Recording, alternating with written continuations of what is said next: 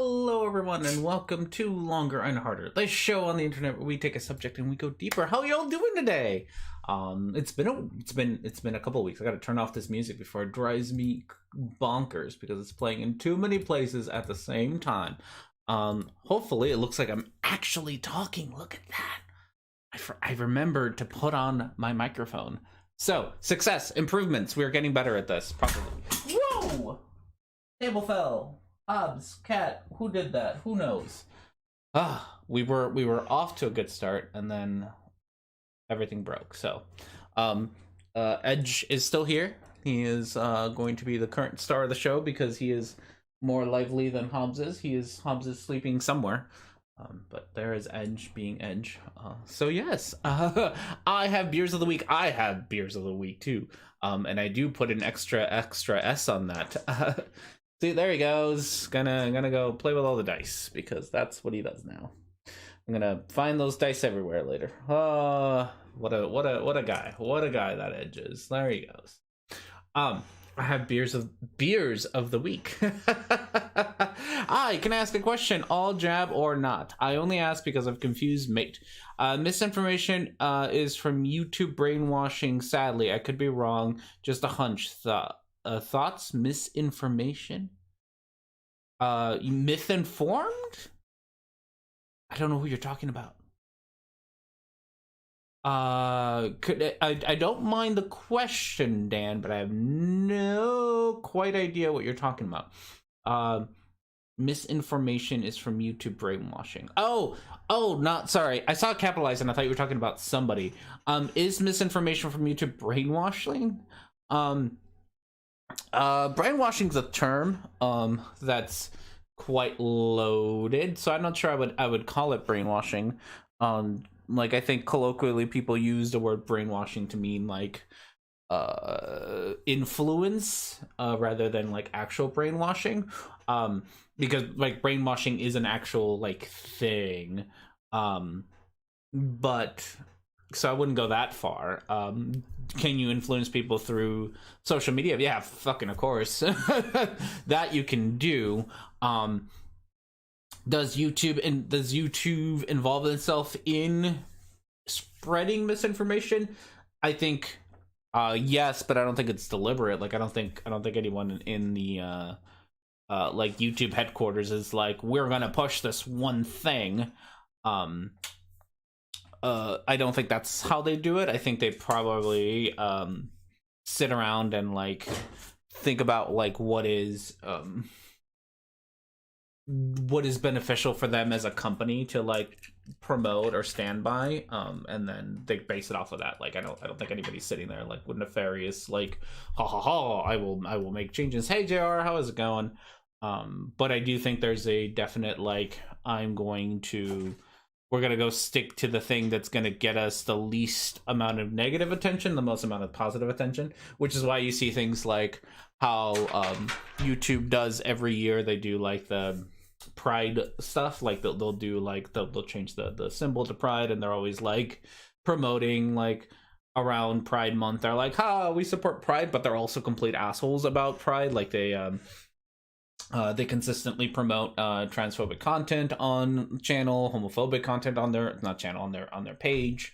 They allow people like Steven Crowder to exist and Ben Shapiro to exist, who have incredibly homophobic and transphobic content on their platform. So I don't think they actually care, but they have to show that they care. So it's more complicated than just brainwashing. It's more like, I wouldn't call it brainwashing. I don't know. That was a very long way of saying I don't think it's brainwashing, but I do think it's influence, and I don't think it's quite as straightforward as people like to make it think. Like YouTube has this agenda that they're following. I think their agenda is making money, and I don't think it's as simple as like sticking to one subject. Fun fact, you can't report videos on the official YouTube channel. That is a fun fact. So yeah, shit like that makes me think like they don't really, I don't think they really care that much as they say they do. They just care about looking good and whatnots. He seems obsessed with active vaccine views on the point of refusing to let his wife, kids get vaccinated. He seems brainwashed. Does he seem brain? Hey Evan Williams, how's it going? Yeah, anti-vaccine stuff has also been spreading. I think uh, there's definitely like a. I'm trying to find the right word for it because I want to call it like there's a. I don't want to call it a cult because again, that's a heavy word that's got a lot of heavy things to it. Like it's not a word that should just be thrown around, and I think it is a lot of the time. But there's definitely a bit of a like a following. You do see that. I think what Quartering just recently got COVID because he refused to get movement might be a good one. Because he refused to get vaccinated. I'm sure that there's plenty of people anti-vaxxers who are getting COVID because they refuse to do it. There are a number of good resources about how to talk sense into anti-vaxxers. We should probably look into those more than talking bullshit. Because get vaccinated. It's definitely vaccines have anti-vaxxers have become. It's funny because like I feel like 3 years ago anti-vaxxers were like a definitely like don't be an anti-vaxxer. Like that was a very definite like I think that both conservatives and liberals could kind of like one of the few things that we could all kind of hold hands and be like, yeah, don't be an anti-vaxxer, right? That's stupid. And I think there were definitely anti-vaxxers on both sides of the aisle in that case about like people being anti-vaxxers, but during COVID it really got over to the like not just conservative side but like mainstream Republican side became anti-vaxxers. So it's definitely been a change in what anti-vaxxers, how many people are anti-vaxxers and how open they are about it being anti-vaxxers. The main point is to not to try to refute them by just yelling at them. You need to address their concerns and make them realize that they care about those things, that you care about those things. Yeah, um, yeah, that's probably a good way to do it. I don't know a whole lot of anti-vaxxers. I'm not gonna lie. I'm incredibly biased. We haven't like just run into things today. I'm incredibly biased, especially when it comes to COVID vaccines, because COVID has hit my family. I've lost quite a few people to COVID, and I've seen get a lot of people get COVID. It's been something that's affected me personally, so I'm definitely not in the I'm definitely not in the person who would sit down and be like, let's talk about your concerns and how your concerns about, like, I probably wouldn't do that, and that's probably wrong, and I'm sure that the research says that I am wrong, and I will gladly admit it. But I'm also very passionate about it because I lost one of my grandfathers because of COVID. I couldn't be with my family when my grandfather passed away because of COVID. I've lost uncle. I had lost an uncle to COVID. I also couldn't be there for my family when that happened because of COVID. Like, this has happened multiple times in the last couple of years, and it affects me very personally. I also work at a hospital, which means that every once in a while I get the alerts that the whole hospital is filled with COVID patients and that we need to get them the fuck out of the hospital because we're filled with COVID patients. So overall, it's been a very personal experience and has made me a very angry and bitter person because of it, at least when it comes to COVID itself. So I'm not sure that I would have the patience or the restraint to not yell at an anti-vaxxer. So, but who knows? Maybe if confronted, I would be different. I don't know. Those are things you don't know. But yes, welcome to the show. Welcome to the show where this is where we talk about heavy topics sometimes just right off the bat because we just get there sometimes. Welcome everybody. This is a show where we talk about things and stuff all the time. I have a few videos and beer of the week and things to do. I do not have a fancy beer of the week sign, but we will get there. I am Rhetoric&Discourse. This is Edge the cat. He is a kitten and he is adorable, and he's also really feisty today because he just woke up from his nap, so he wants to bite and play with absolutely everything at the moment. So he is going to be a handful today. It's the same, but I'm sorry, dude. I just needed to hear you wasn't an anti-vax dude for my own sanity respect. Oh yeah, no, definitely not an anti-vaxxer. For all the reasons I said. So let's move into things. With that said, housekeeping, shows and things. So as you saw, I did miss last week. I wanted to do last week, but also I've been trying real hard to make sure that I don't fall into. Sorry, I also read the anti-vaxxer thing. Yeah. Oh, by the way, I've been vaccinated for almost a year. Like that's how much not an anti-vaxxer I am. Like the moment, because I work at a hospital, I got vaccinated. I believe last last February, I think. I believe I got vaccinated, like the first dose and second dose. So I think by March I was fully vaccinated, and I just got my booster back in October. I want to say that I got my booster October, November. So I am definitely in the thing, in the vaccination. But yes, shows and stuff. Sorry I missed last week. I wanted to do a show, but I also have I had finals, a final that I really needed to study for, so I spent quite a bit of last Sunday studying, and I needed kind of a break because I am trying to break out of bubble and go back into my old like not D&D, R&D stuff, so that I can kind of refunction as a human being. So yay. So sorry about that, but we will be trying to do a show a week again. Unfortunately, we're also at the point where we probably won't do a show a week because next Sunday I'm going to be in San Diego visiting my bestie for Christmas, so I will be with her. So won't be able to stream at all. And then I think the weekend after we should be fine, because I think that's Sunday the January 2nd, so that should be well within the I am done being hungover from New Year's point of day, so that should be pretty good, I think.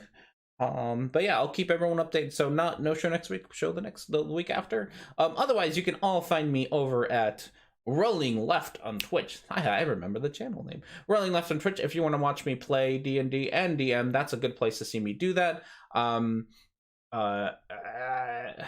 Williams is sad because he can't patron anymore. Oh, thank you. I think, buddy, calm down. I think once I make sure that I'm doing this regularly, I think I will put my Patreon back up. I don't want to do it if I'm not able to do things regularly. Like I don't want to just get people's money. Like I want to be able to like do things regularly. Once I do that, I think I will. Okay, you need to stop. You are such a little devil. So yes, go check me out along with Awkward Pasta and Microbloganism on Rolling Left on Twitch. We stream about twice a week. We're trying to. I DM on Tuesday nights, 6 p.m. Central Time, for my ongoing and almost finishing campaign of Enter the Underdark, which has changed into Spelljammer, so it's been transformed into something. So we're in space, and then we play Cirque du Son, the Zong Sauvage, something like that, the Zong Sauvage. We play a circus thing on the Saturdays for Christiosity's DMing that one, which is also going to be a long-running campaign, which we started back in August, September, I forget when. 3 times is now Count Christie's. Yes, Christy Winters also DMs on Sundays, but I'm not part of that one. So you can go check that one out, but I'm not part of it, so it's not as good. That's a lie. She's a good DM. So yeah, come out, look out for potential streams kind of happening throughout the holiday seasons as we kind of do random ones here and there. So go check us out. Go check me out and Micro and Pasta there as well, along with the rest of the crew. So, with that said, we can move on to beers of the week. I don't have a pretty sign because I was conflicted about beers of the week. I bought a 6-pack at the store, and I was like, okay, this should do. This is a new one. It's called something Firecracker or something. That was like some sort of ale thing, right? And I was really excited about it. And then as I was walking around the booze section of the store, some lady offered me to taste some beer. So I was like, oh yeah, free beer on Saturday morning. Fantastic. fantastic. So I tried some beer and it was really good. I don't even remember which one it was that I tried. Something snow something. And so it's from a brewery. I'm trying to lean back and not die. It's from a brewery called Brewdog. From, if I remember right, Ohio, I think. So they had a winter Brewdog mix. So this is what I bought. Instead of buying a beer of the week, I bought this big boy, which has a lot of beers. So it's a taster box of a lot of different things. So I kind of wanted to ask what people wanted would think would be good. So it looks like we got Elvis juice. That's sexual. Hazy Jane, Double Punk. Ooh, Double Punk sounds good. We might want to try with some postmodern classic. That's an interesting. We might want to try with something light first, just to make sure that we get there. Lightspeed, which is a hazy IPA. Jet Black Heart, which is a nitro oatmeal stout. So that one's gonna have to be like a last kind of thing. Jet Black Heart Espresso, which is another nitro espresso milk stout. Double cake, the fudge. Marshmallow chocolate stout. That sounds interesting. Santa Paula's, which is a cranberry grapefruit IPA. That sounds disgusting. Hoppy Xmas, which is a festive IPA. Iron Maiden Hellcat, which is an Indian Pale Lager. Hazy Jane Mango and Hazy Jane Peach. The one that I tried isn't in this pack, which is a little sad. I tried some sort of snow thing. So, yeah, so Jet Black Heart sounds like it would suit me. Yeah, I want to start with the light ones. I'm not really because I'm pretty sure we'll make it through more than one of these. So, grapefruit infused Elvis juice is a grapefruit infused IPA. It sounds super gross, not gonna lie. I kind of okay. We'll start with Elvis juice, get grossed out, and then I think we're gonna do Hazy Jane afterwards, because there's like Hazy Jane flavors in here as well, so we could probably do those. Oh my goodness, you're such a fucking terror, bud. So you guys can watch Edge just be a terror. I don't understand this cat. He is the neediest boy that ever existed. He's just gonna fall asleep up there now. It's the grapefruit part that confuses me. It's not that I have terrible taste in beer. It's that the grapefruit part sounds Stop biting my ear. God, you're so bad. Why do I even have you? I'm gonna return you. I'm gonna return you to the market. Oh, there it is. Edge is a cutie. He is a cutie. Look at that. Look at that little punk. He likes to sit on my shoulder and then gets really mad when I move. He's a bit of a punk. Are you the one I want? Yes, Elvis juice. Okay, I found Elvis juice. Get back on the shoulder, bud. Okay, beer case can go down on the floor again. Hopefully not spill beers everywhere. Edge, you need to make up your mind on where you want to sit. And it does not involve playing with my chords. I know. Why? Okay, so we're going to start with Elvis juice. It's a grape fused IPA. So here's to grossness. It is malt beverage with natural flavors. What do you call it? What do you have a little blurb here? Oh, it's from Columbus, Ohio. Brewed in Columbus, Ohio, by Brewdog. It is 6.5% alcohol per volume, and it doesn't seem to have a little blurb on it. So we're just gonna have to try it out and see what we get. So here we go.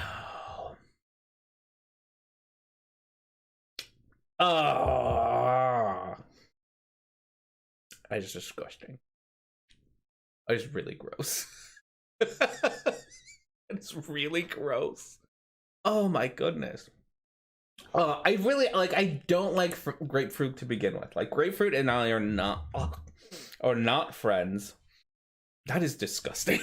I think I already knew it was gonna be disgusting. That is so gross. Oh, it is. It's okay. All I can taste is like it's got the grapefruit. Like, they didn't lie about the grapefruit bit. That is definitely there. Is it it's it. That's the problem. It's like all I can taste is the grapefruit. I can't taste the hops. I can't taste the malt. I can just taste grapefruit. Um,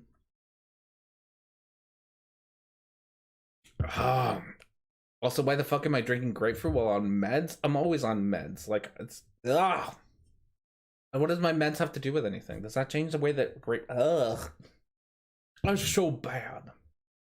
I might get through that one really fast just because I might chug it and get it over with, because that is ugh.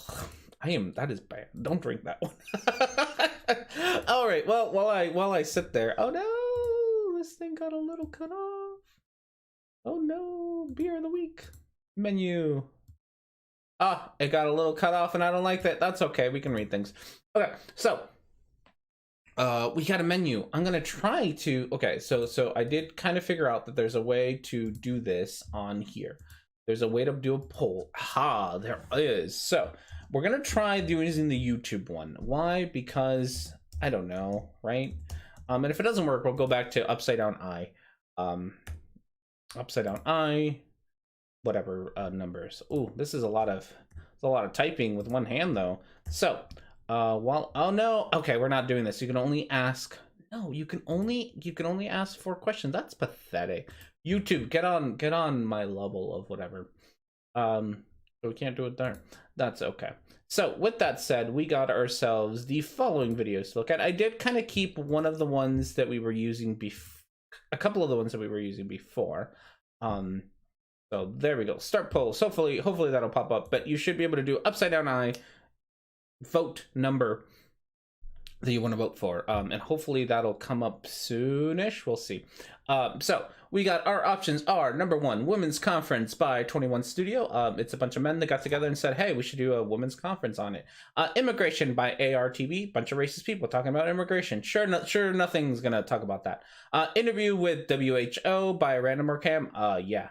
Don't know what that is. Shadows by Mr. Thrive and Survive. I don't even remember what that is.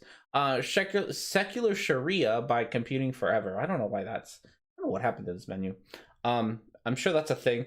Of course, cancel culture, because that's what everyone talks about, by Rationality Rules, because of course not. And then Ruining Dark Souls by Ackman, which is one of the ones that I was like, hey, I really wanna talk about that one because that one seems cool. I don't know if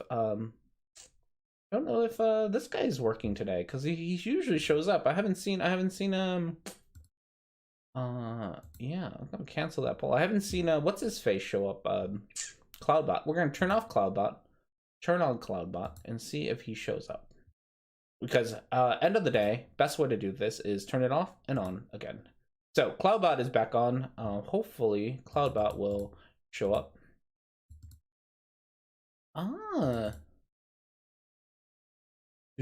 Settings, community, and adding this. Oh, have the settings changed? $5 says that the settings have changed for how Cloudbot works. And I don't remember how they work. So for now, if you would like to vote, just feel free to vote, I guess. Put a 1 in a thing and I'll count, because I am trying to figure this out live. See, so this is what happens after a year. Things have changed just enough that I have absolutely no idea how things are working anymore. But it looks like the way that Cloudbot is working has changed itself. So we go to settings, and we go to community and adding. Community, hidden users, approved users, block links. Can I add you here? Paste. Enter. Streamlabs. I don't know if that did anything, but hopefully it did. Who knows? Who even knows? Huh. He might have used. He might be here. Who knows? Who knows anymore? Streamlabs stripped. Hopefully, I'm like spending way too much time in save. Okay. Will that do anything? Who knows? The Cloudbot show up. Who knows? I think you need to shrink the video menu just a bit. It's. I was working on this earlier, buddy. I don't can try to shrink it. At least you can see. Yeah, at least you can see the numbers. I don't know what happened to like the words there. Oh, I know. It might be cut off. Ah, bud. Bud, leave my ear alone. There it is. Okay. Oh, Edge, you are so needy. You're such a needy boy. There we go. Aha! I haven't used this in forever, so it's doing wonky things. There we go. There we go. We figured it out. Hey, there's Cloudbot. All right. The tip number dos.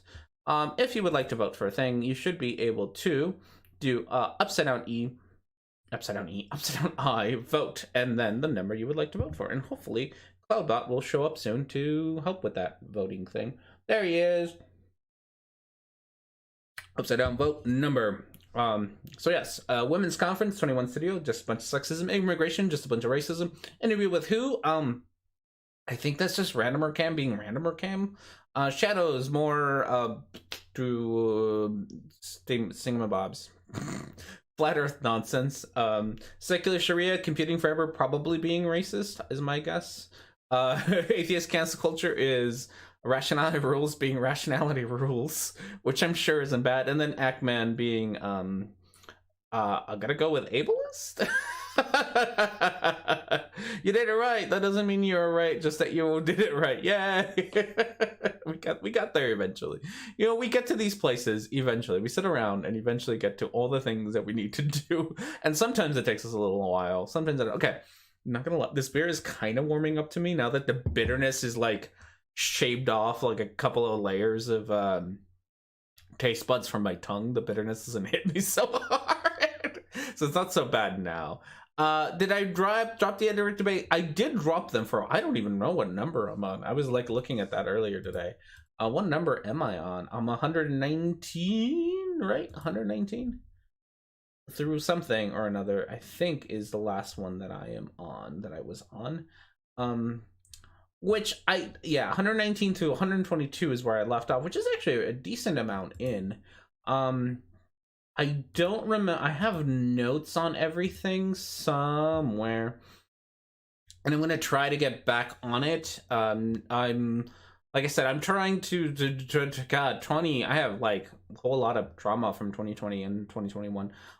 So I'm trying to kind of make changes to my life and hoping that they help out. Getting a new kitten, doing this shit, because I love these things, and sometimes you just gotta kind of have to, like, you know, make big changes in your life when big changes occur. So I don't know. I'm trying to make big changes in my life that I have control over, so that I feel like I'm not spiraling into like the void that is the horribleness of existence. So this is me combating depression. God, oof, that hurt. You still need to, oh yeah, you had a new one. I don't remember what proof you're on, but I am going to try to get through those. Is like, I do want to get through them. I'm hoping to, at least in this next couple of like week or two here, be able to do some of those things, because I have a lot less work. I'm not going to, I have a winter break for school. I'm almost done with my case for work, and then once I'm done with my case, I am gonna take a break. I'm gonna go on vacation to Wisconsin, which is gonna be a lot of fun.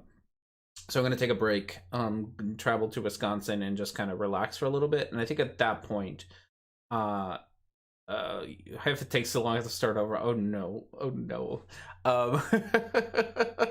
But yeah, so it's just, these are the things. If you can't cure your depression, stream your depression. Exactly. That's what I'm doing. I feel like I am very much like classically depressed.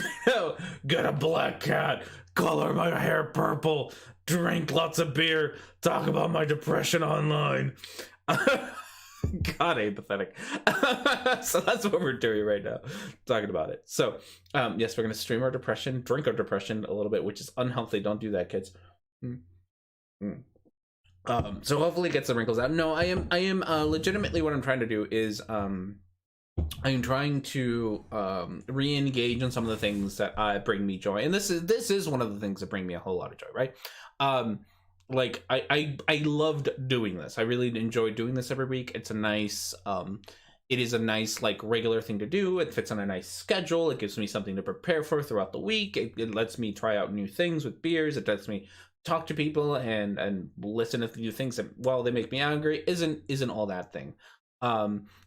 You've adopted one of my coping things, dyeing my hair. Yes, I've adopted and dyed my hair, both of them at the same time. I've also been trying to finish a lot of my model paintings. So I know I don't know why I went the Batman voice, but I did. Is I'm trying to work on my painting, so some of my paintings behind me and stuff. So it's just yes, no, depression is not curable. So I'm trying to work through my pile of things to paint and do that kind of stuff, so that it's all, it's all kind of cool. Okay, voting is complete, so that I can kind of get that serotonin going. Gotta get that serotonin.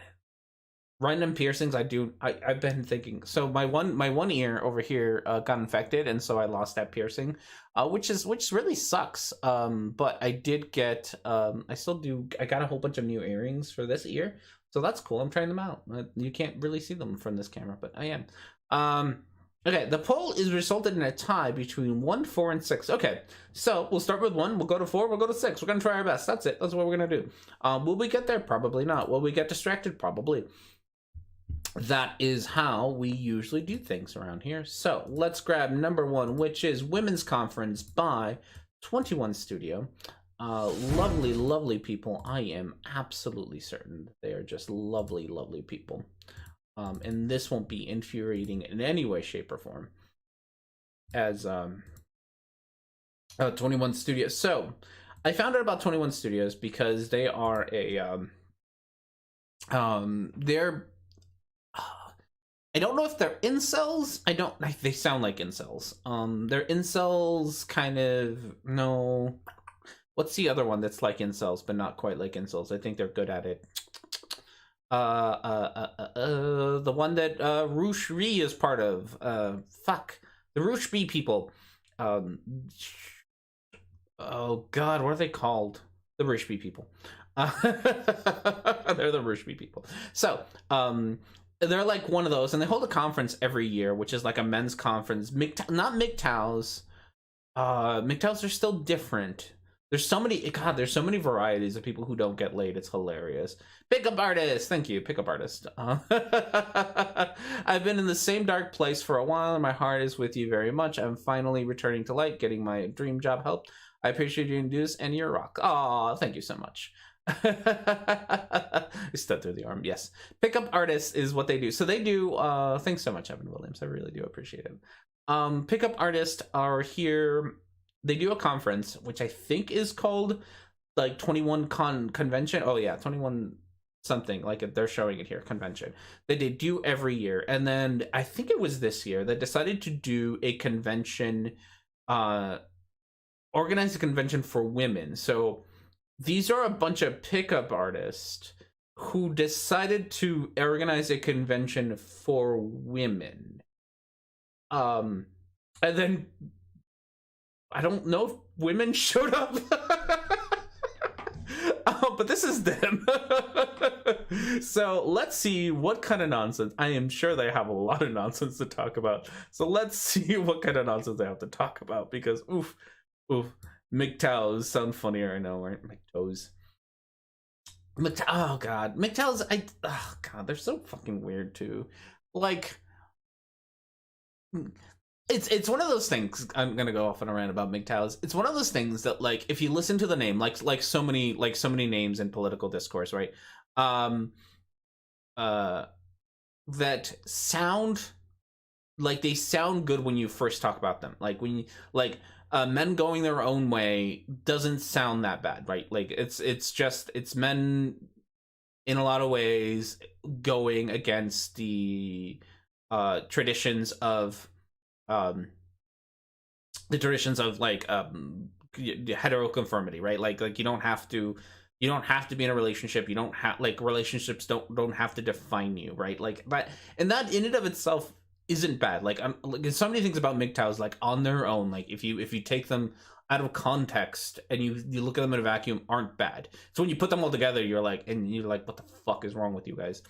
So like that part's not bad. And then a lot of their stories about, like, how like they've been screwed over by the system, is kind of like that's really shitty for them. Like you're right, there is systemic problems with marriage and all that shit, and that's fine. Um, and that's, you know, again, on its own in a vacuum, fine, makes sense. Oh, but then you get into like you put them all together and they just go into full misogyny, like hating women. It goes from being like the system kind of makes it really difficult for me to talk about being abused as a man because I'm expected to be the strong one, and so when I talk about being abused as a man, I get laughed at and people don't take me seriously, which sucks. But then they're like, because of this, I hate women, and women, we should get rid of women, and men should run anything. Mm. We don't kink shame here, or on micro. So, with that, so that's always been the thing with MGTOWs, that like I get how people get into it because on the surface they don't sound that bad. Once you get into it, holy shit. Speaking of which, and I'm gonna, again, more rants. I'm gonna read this one comment and then go on another rant about things. Incels are not MGTOW. MGTOW still get women, they just don't get into relationships. Yes. Yes. Yeah. So yes, incels are whatever. Not celibate, inappropriately celibate. No, that doesn't right. Indiscriminately celibate. That also, it's an IN word. Why do I not know it? Who knows?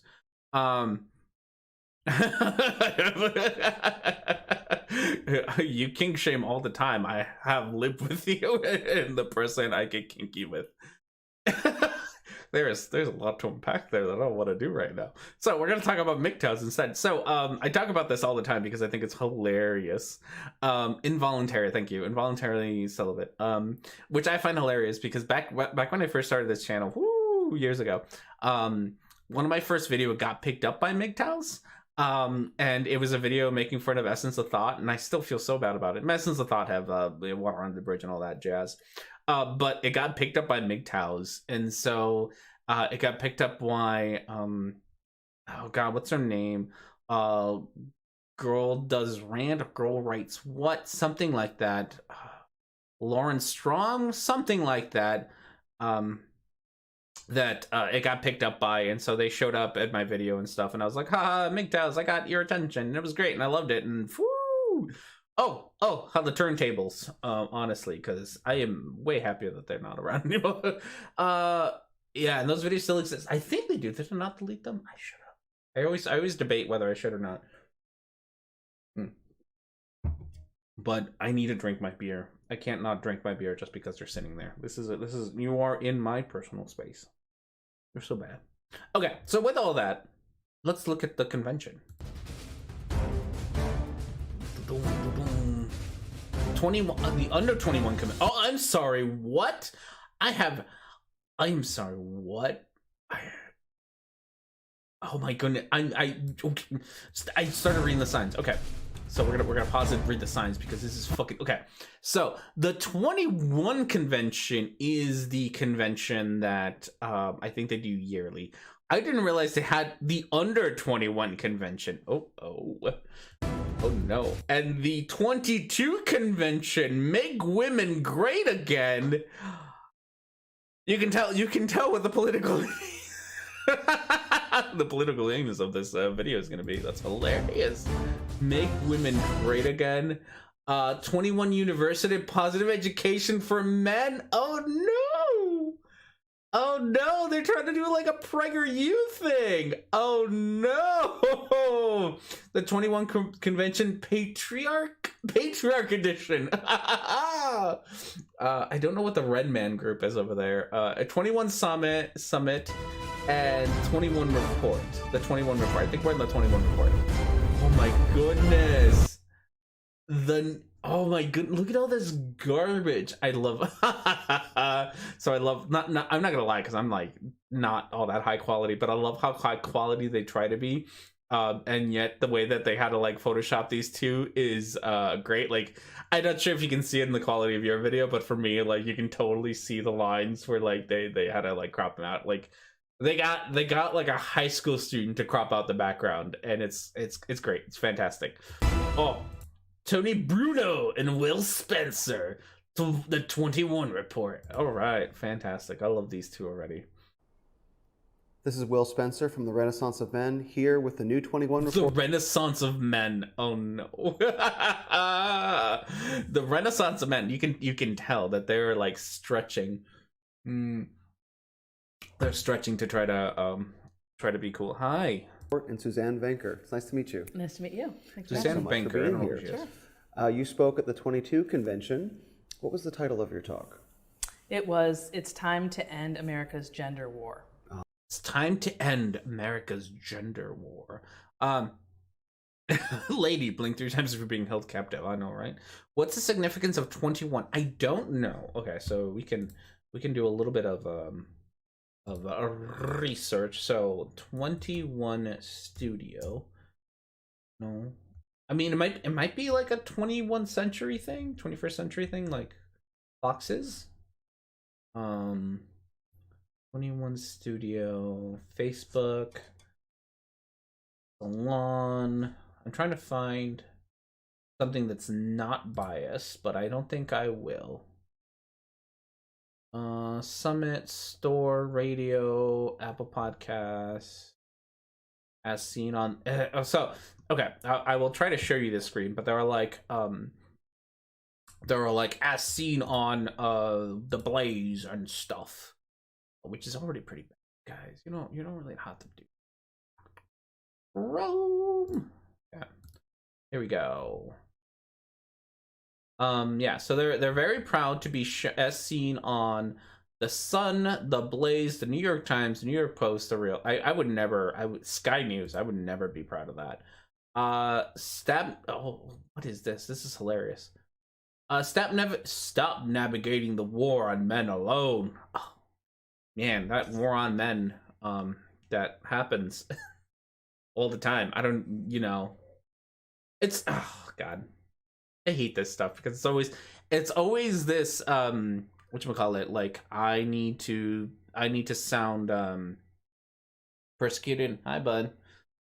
Even though hi, you're gonna fall off. Even though I am a man in the country that like lets men do pretty much anything they want. But we gotta sound persecuted. Since 2006, 21 Studios has been the cutting edge of masculine self-improvement for men and fathers.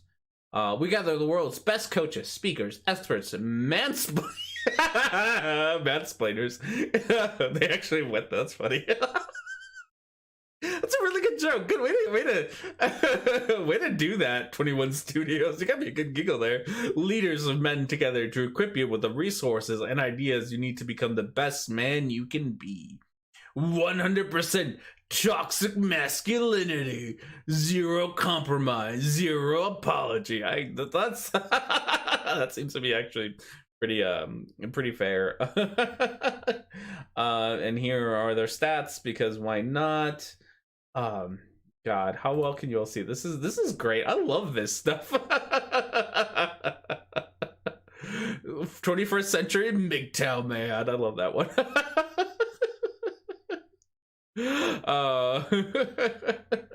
We're gonna have to check out their story. Like, I don't know what the fuck Edge is doing. Edge is just like falling off my shoulder at this point. Oh God. Okay, so get your daily dose of education. So this is the 21 University. Excuse me. Positive education for men. The world's most powerful videos for men. Manly man. Look at this manly man over here with his tight shirt screaming at the top of his lungs. That's how you know he's manly. With the 21st, there's an app. With the 21 University app, you have unlimited access to the most powerful educational videos for men on the planet. This is like some Stefan Molyneux, like, self-promotion garbage. Like, I'm the biggest philosophy channel in the world. Now available as a free download and what. So that's cool. The 21 Summit. So this is, yes, this happened at the end of October. It happened in Orlando, Florida, because of course it happened in Florida. Why wouldn't we? The ultimate 4-day event featuring 3 conventions. Each convention is uniquely designed for men, fathers, and women. Oh my goodness, I'm gonna. This is hilarious.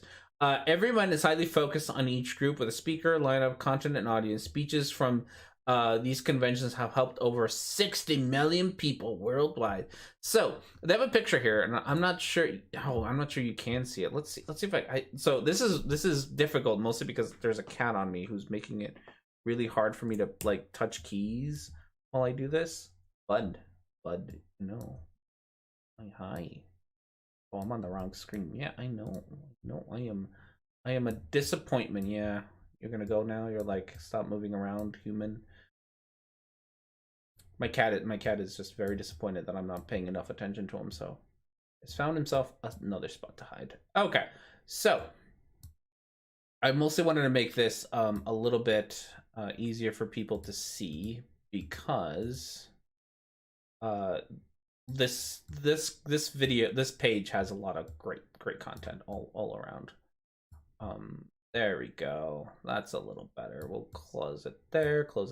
Perfect. Thank you all for being so patient. Okay, so the best part about this website is they have this like YouTube video, looks like, which has the 21 summit. So it has the 21 convention patriarch edition, which has a white man with bearded white. God, they were really like, hey, let's get all the stereotypes together. They really meant the non-apologetic thing. So they got an old white man for the 21 patriarch edition. The 21 convention, I can't read that. Something last stand for masculinity is got this screaming guy with lots of muscles. Look at that muscle. And then the picture that they chose for the 22 convention, which is the women's one, is making women great again, is this dude wearing a pink hat.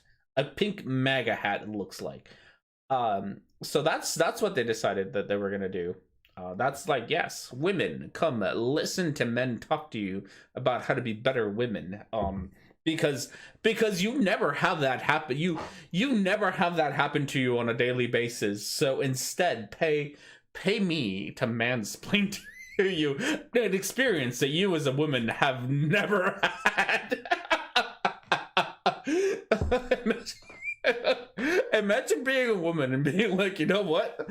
I haven't been mansplained enough in my life. I want to pay for more. God. I bet these tickets weren't cheap too. Like somebody out there, some women, like at least like, well, maybe not the women. I'm sure their husbands, their significant others did it. But like somebody out there was like, you know what I really want to pay for? I really want to pay to sit in conventions and have somebody mansplain to me. Oh gosh. So with that, okay, we'll go back to the video. Oh my goodness, I'm gonna click on this. I kind of want to, so I'm just gonna do it. Hopefully, hey, look, you can see all the things that I like to actually watch. Hopefully the sound will go through, so I'm gonna click on it and hope for the best. Oh, it is not. Okay, so I gotta figure that out, because that is not coming through any of these. So let's add it here. I think I can add it here. Audio input capture, add desktop music. Hopefully, I think this one will pick it up. Let's try. Welcome back to the 21 Convention 2020 of Orlando, Florida, being held for the first time ever at our very first and inaugural 21 Summit event. Oh yeah. Oh, speakers. Look at that. Babies. This man's gonna talk to you about babies. 21 Summit.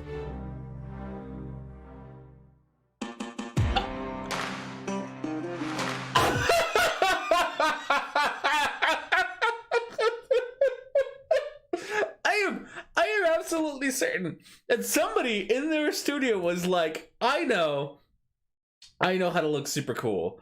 Like I got this. I know how to look super cool. What if we all walk down the hallway together to a low camera? We're gonna look so fucking cool. Are we building the patriarchy? Yeah. All right, bud. You do you, man. Making women great again. Making men strong. Welcome to 21 Summit in Orlando. This group of men decided that they were gonna put together a group, like a talk for women. Like, where are the women? Nobody knows. Like, God. Not to tell you how you do your job, because honestly, keep doing your job terribly. But if I was going to run a convention on women to talk about womanly things, you should get some women. At the very least, get some women that agree with you, right? I'm sure they're out there. Like, get those women to talk. But otherwise, this is, look at you all. Look at all that testosterone. Look at all that toxic masculinity. Orlando, Florida.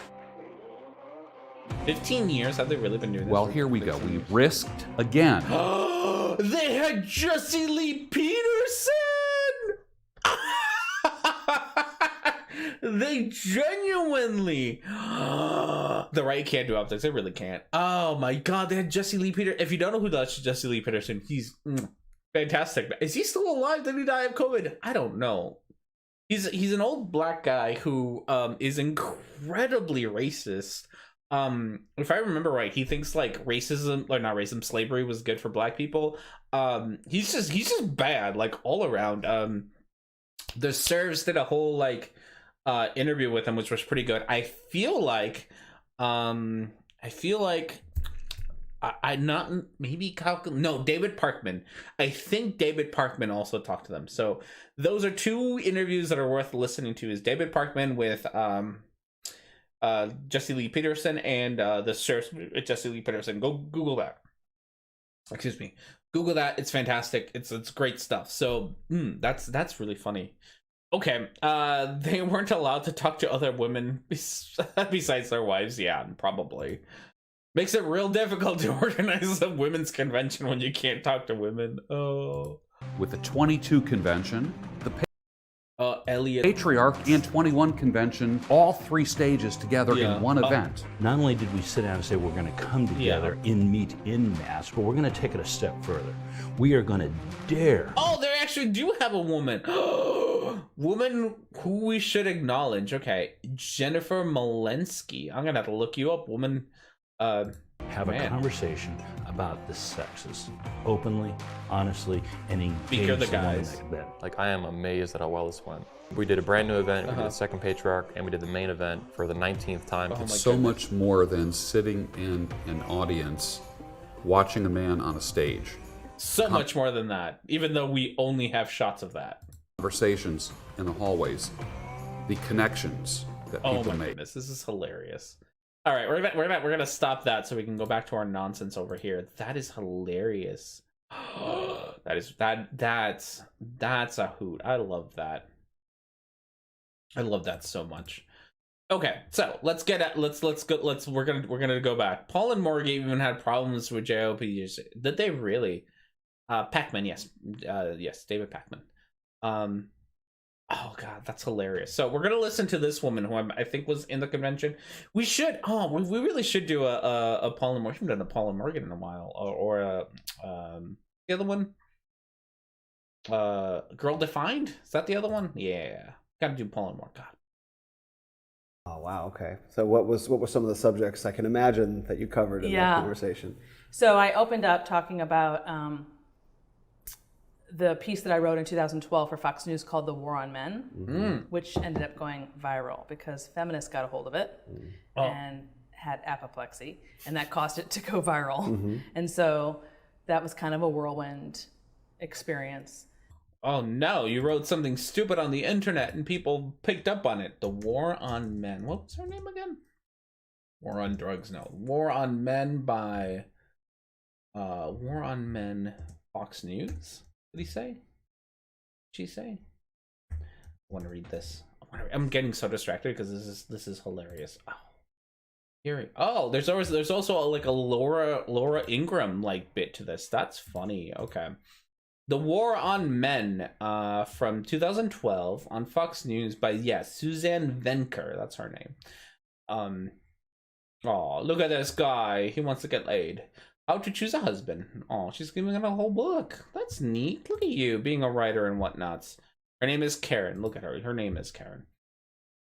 The battle of sexes is alive and well. According to Pew Research Center, the share of women ages 18 to 34 that say having successful marriage is one of their most important things in their lives rose 9 percent points since 1997, from 28% to 37%. For men, the opposite occurred. The share voicing this opinion dropped. Okay, so women want to get married, men don't want to get married. Not all of course, that percentage of it.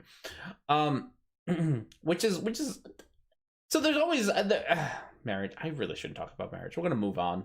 That's a sore subject that R&D is gonna avoid. The so-called dearth of good men has been a hot subject in the media as of late. Much of the garbage has been in response to the fact that for the first time in history, women have become the majority of the U.S. workforce. They also getting most of the college degrees. The problem, this new phenomenon has changed the dance between men and women. Was that a problem? It's always I wish that things were problems were actually problems. Like, the problem is just change. Like, things have changed. Oh no. Like, that's the problem. It's not an actual problem. It's that things have changed, and that's somehow not good, I think. But who knows? Pull quote. As the author of 3 books from the American Family intersection. Look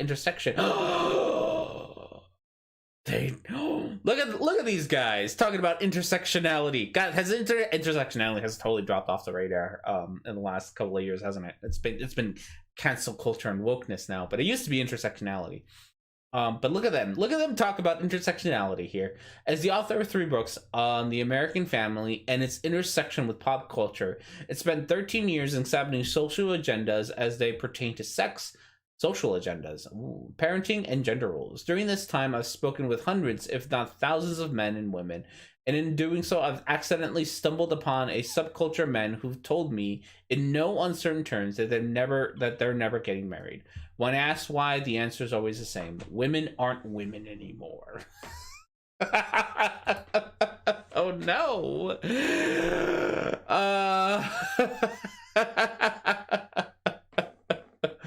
Oh, women aren't women anymore. I don't even know what that means. Like, what does that even mean? Of course they're women. It's always changed. Every time it's changed. Like, every goddamn time, it's just something is different now. Women are doing something different now. Women aren't just in the kitchen. Women aren't just having children. Women have jobs. How dare they? And women are smart and they have education. Oh no, where are my pearls to clutch? To say gender relations have changed dramatically is an understatement. Ever since the sexual revolution, there has been a profound overhaul in the way men and women interact. Men haven't changed much. They had no revolution that demanded it, but women have changed dramatically. I feel like okay, I'm gonna for a second here take your like hypothesis as fact, like 100% fact. Women have changed and men haven't. That just really like men maybe get with it, like get good, I guess. Have you tried that? Have you tried just to get good at women? I don't maybe you need to change. Like, maybe that's just all that needs to happen. Like, just change the way that you approach women, change the way that you approach your worldview about where women belong in society, which is everywhere. Change your you might just need to change. Like, maybe the answer isn't for women to regress, but maybe the answer is for men to progress with women, right? Like, if the problem here is that women have changed and men haven't, you don't have to go back. You can go forward with women, which I feel like might help create a healthy coexistence with the the people around you. Like, it's which also makes me doubt that this is really like all the people that what's her name has ever talked to, because like there's definitely a subset of men who are more than willing to change from, like, we're not going to sit there and be like, no, this is I refuse to change. And some men do, and that's okay, and some women don't want to, and that's Yeah, I mean, it's a decision. I'm not sure how okay of a decision it is. You are falling because you refuse to pick a spot to sleep right. There you go. Okay, so with that, I think this is a good spot to take a break because I need to go. Or I'm gonna pick another. We'll pick another beer, but I also need to use the restroom. I'm also gonna piss off this cat when I get up. So, with that said, everyone enjoy some copyright-free music and some fan art, and we will be back in a little bit. With more of this great nonsense, unless we want to move on, because honestly, this nonsense is enough for me. So we'll see you all in a little bit, and yeah, have fun.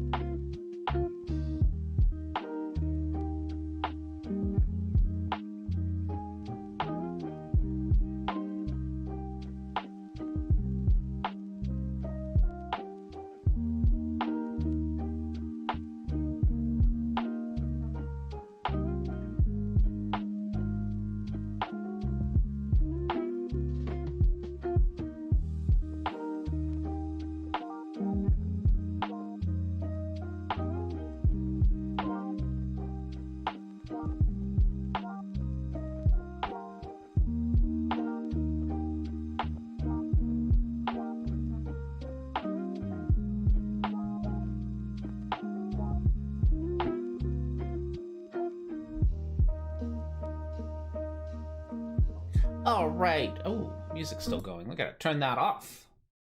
How we all doing?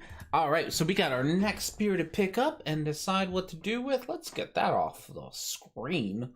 You all don't need to see what I'm seeing. I mean, you probably should, but besides. Should I use grapefruit? Okay, grapefruit beer, disgusting. I didn't finish it, not gonna lie. I was like, oh god, I smelled it. I was like, oh, it'll get better as I drink it, and it didn't get better, it got tolerable. So better might be a bit of an overstatement there. So I didn't do that, but it did get tolerable. So coffee's great. So what are we gonna go with next? Let's go back to our pack of beer. Oh, look at this baby.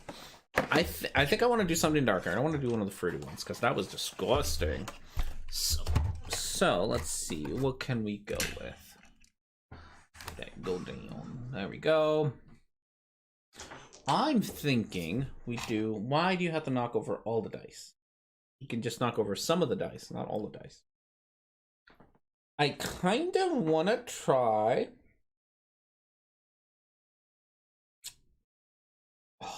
Okay, I kind of want to try the light speed, which is the hazy IPA. Looks like a light beer.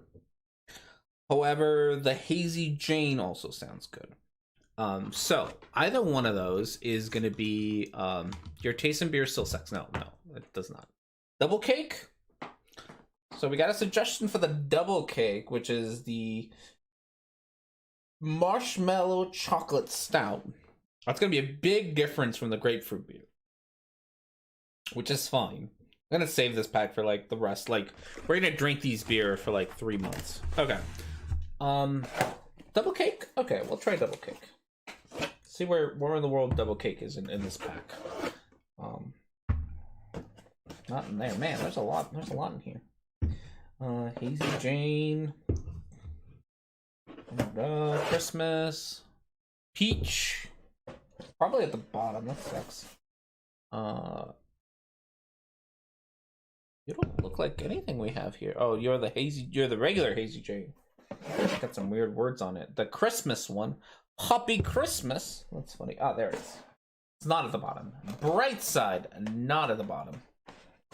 Are gonna be gone by the end of the year. I've seen you drink. Potentially, but maybe not. I did buy myself a 6-pack to drink while here. And I got myself some red wine. So overall, yesterday was a good shopping day. Which is good because I was running out of wine and or beer in my house. So put these away, and we're gonna try the double chocolate, the double cake. So put those. Yeah, ASMR R&D opening boxes. So the double chocolate or the double cake, sorry, the double cake also brewed in Ohio. United we stand, better beer, fiercely defiant and independent. Have your cake and drink it. That's what it says. 7% alcohol per volume, stout with natural flavors. There's no blurb about it besides that it's a marshmallow and chocolate stout. Is it going to be disgusting? Maybe. Are we going to try it? Yes. We'll find out how disgusting it is here in just a moment. Take that off.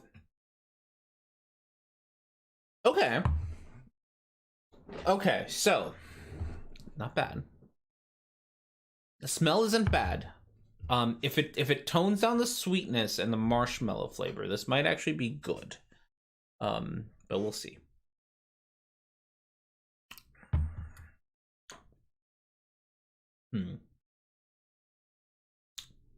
It's better than the grapefruit. It's definitely better than grapefruit, but that was like a low bar. I have to think about it. It's still a little too bitter for a stout, I think. Like, I wish it was smoother. It's still a little too bitter. And maybe that's the whole point of them. Like, it's just, like, I can't really taste the marshmallow or the cake. But it's there. It is what it is. Okay. So with that said, I think it is a good time to potentially move on to number 2 on our voting thing because reasons. So, I think Shadows by Mr. Thrive and Survive won number 2.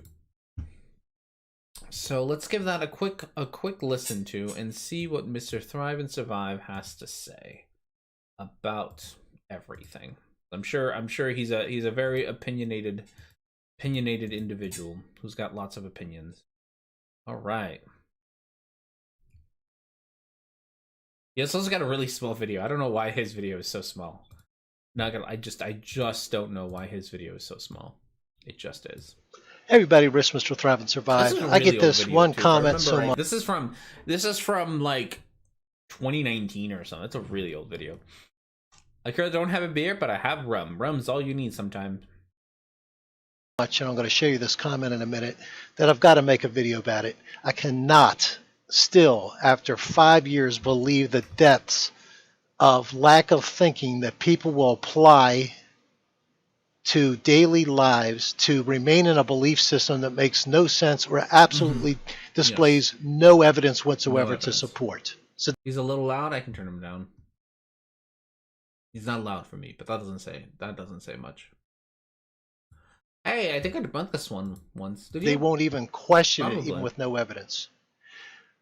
Let's get to the basics. This is a nice sunny day. It's either early in the morning or late in the evening because nice we have sunny long day. shadows. All good things. You see the X here? That's That X right here, that is in what? That is in a shadow. It is in the shade, in the shadow. The circle, on the other hand, is what? It's in the sunlight. There is no shadow. You would never say you're in the shadow. Make sense? All right, now let's take this concept a little bit further. Stay. Is this guesses on what he's gonna do? I'm guessing this is a play on word because he doesn't understand words. And he's gonna be asking why. This is my guess. I haven't watched this. Maybe I did it forever ago. He's definitely he's so condescending every time. It's not, the thing is that Rich isn't trying to do a kid show. He just thinks that his audience is stupid. Like, and you can tell when he talks like, because he's always talked to everybody like this, where he talks to them like really condescendingly, like, look, this is a shadow, we're gonna put an X on it, kids, what do you call this? Everyone together, not that's sunlight, good job. Like, he's always been condescending to his audience. Because really, at the end of the day, he's really making these videos for, his audience, and he's really like, this is how he talks to them, because I don't think he thinks very highly of them, which I don't either. So, makes sense. But yes, I think what he's gonna do is he's gonna be confused as to why the X, which is on the shadow, must you? No, you leave. Get over here, grumpy man. Is that he's gonna be wondering why the X is like not entirely dark, like it's a shadow, but it's not like a black bar, and he's gonna be wondering that. That's my guess. Like, how's that possible? Because light from other places can't possibly be getting to it. Two. Now we have the exact same thing at night. Oh, there we go. Yeah. We have an X, which is inside what? A shadow. Inside what, kids? And we have the O inside, representing where the light is. Yes. Not sure. Now, if it's produced by a full moon, let's just say this is what we get. Okay. But what if it was produced by this half moon? Well, it would be the exact same thing, except for it wouldn't be quite as much brightness or darkness. You would still have a shadow. If the moon was in the exact same position, you would have the exact same shadow here with the X in the shadow and the O outside the shadow. Now, if you're standing where the O is, you would never say you're standing in a shadow. I don't care if it's a full moon or a half moon. You would say, I'm standing in the moonlight. That's what you would say. If you were standing where the tree shadow is, you would say, I'm in the shadow. That's where I'm standing. I know this is crazy, simple, basic stuff. Okay, this is okay. Now, I'm starting to think maybe it's not that coherent. And you are like a little demon. Stop. Let go. My goodness. You weren't so cute. I would throw you out. Stop. Get over there. God. He's look at this. Look at this asshole. He's biting me. He's biting me because he's so bad. He's so bad. Ah, that's my face. Ow.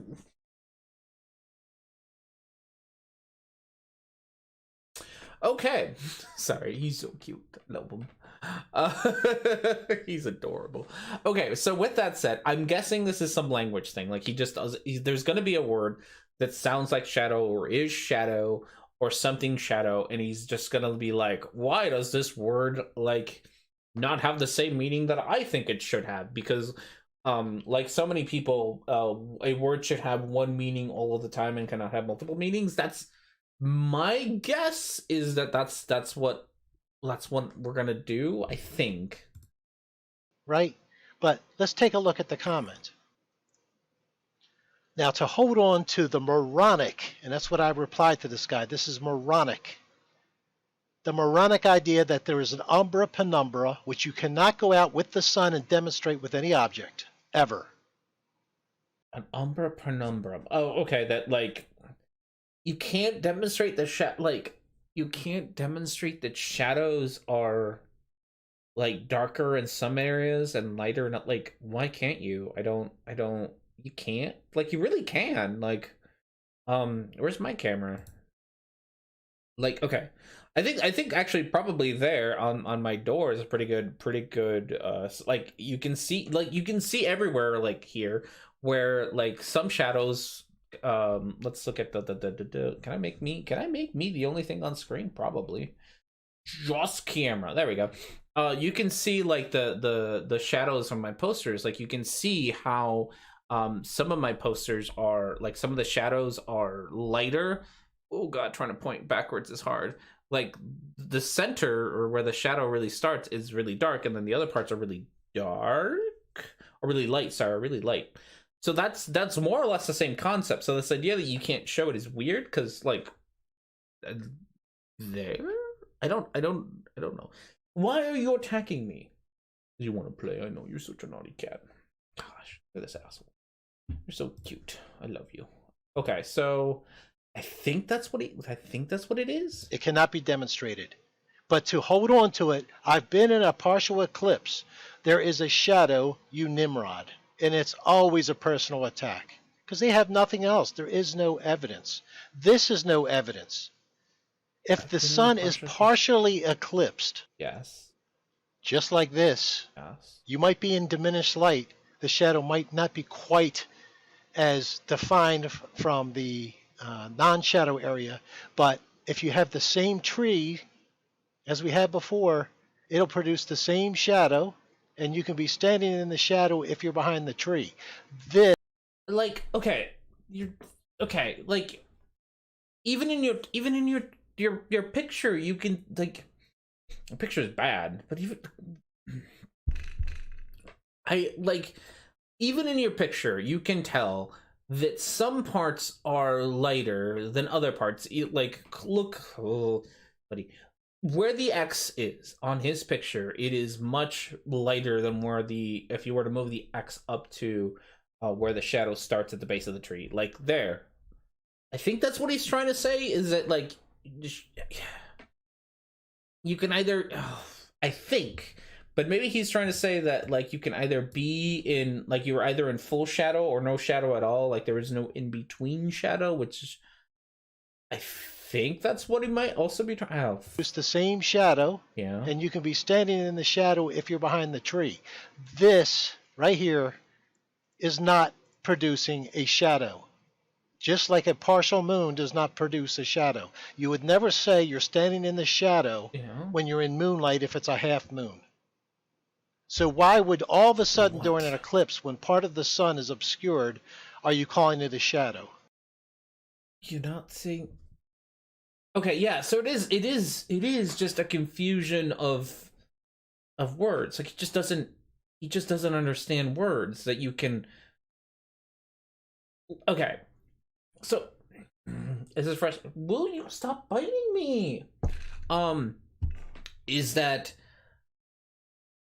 I know he's right. He's talking but making no sense. Yeah, it's just like he's saying that in a partial eclipse, you can be in the moon's shadow, right? Which is definitely what it is.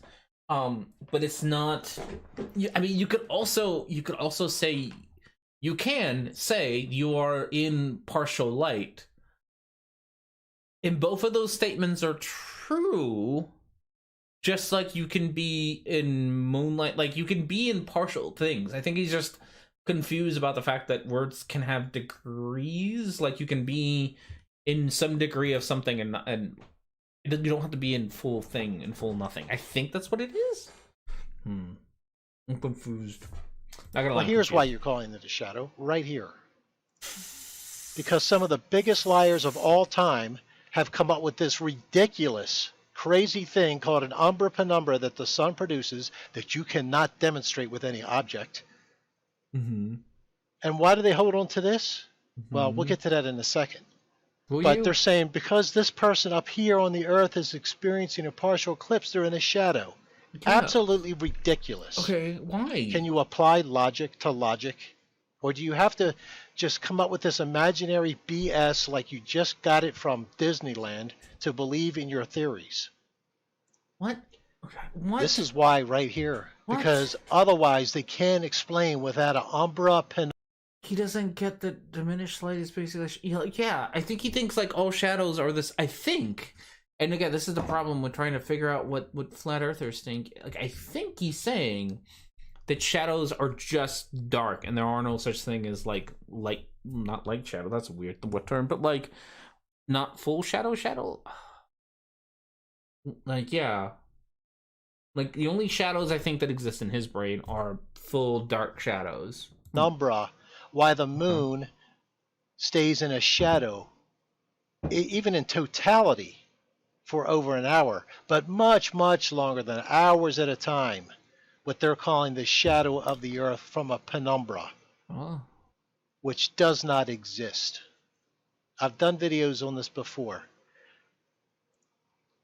Find when the sun is low in the sky and go out and follow these trees all the way out. Yeah.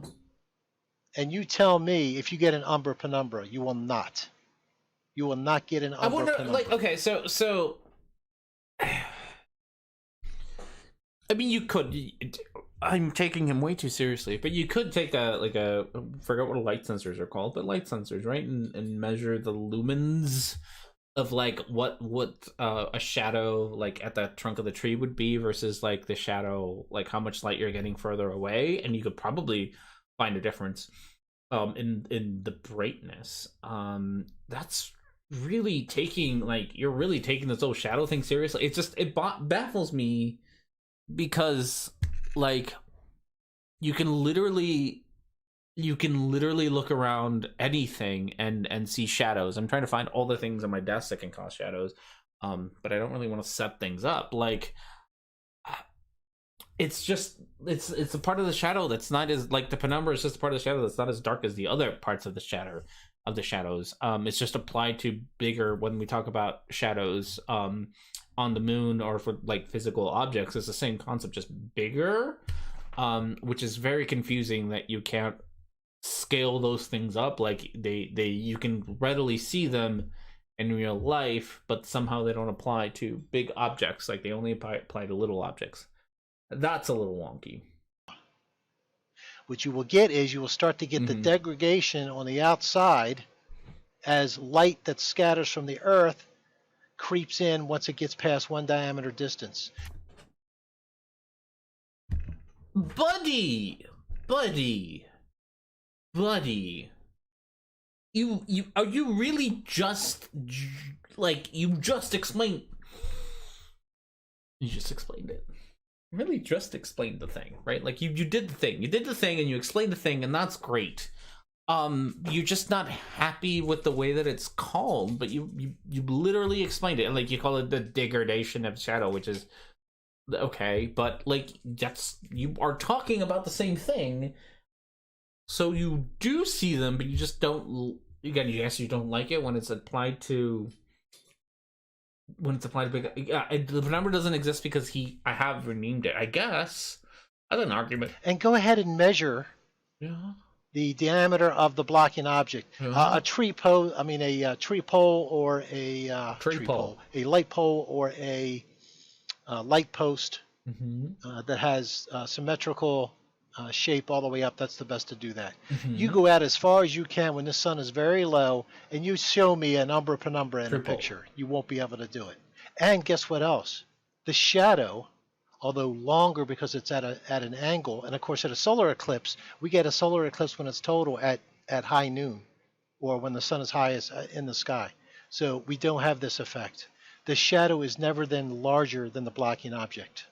So since the moon causes a 72 mile wide at the most shadow on the Earth during a total eclipse, then the moon can't be more than 72 miles if that is the blocking object. What? Okay, a shadow can't be bigger than... Did I hear... Okay, I'm so confused. Guess what else? The shadow, although longer because it's at an angle, and of course at a solar eclipse, we get a solar eclipse when it's total at high noon, or when the sun is highest in the sky. So we don't have this effect. The shadow is never then larger than the blocking object. Yeah? Okay. The shadow is never then, like, yes. Okay. Like, this again, just all the ignores all the things. Why are all my lights so far away? Where's my phone? Come here, phone. Hey, bud. Phone. Dice. Camera. Like, I am really taking this man far too seriously for my own good. Really gotta stop. Because he is not worth the amount of effort that I am putting into this garbage. Okay. Camera down here. Desk. Haha. Okay. So, desk. We got things. Here's a dice. Let's trace the dice. Why not? Let's trace the dice. This is how big the shadow of the dice, or the dice, is on this piece of paper. There he is. Right? Perfect. Wonderful. We have done a thing. Dice.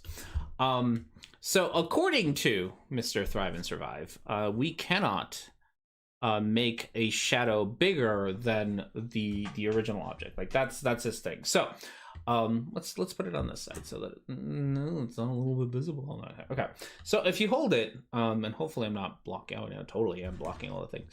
So if you hold it at straight at noon, you can see that like the shadow is about the same size as the dice. It's actually pretty much exactly. There's a little bit more shadow on this side, but it's about the same size.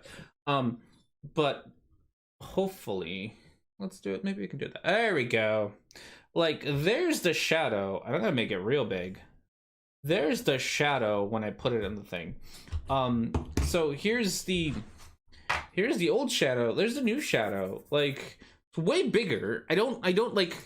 This didn't even take much. Like yeah, I'm making that worse.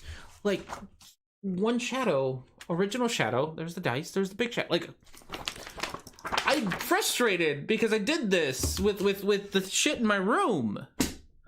Like, I'm.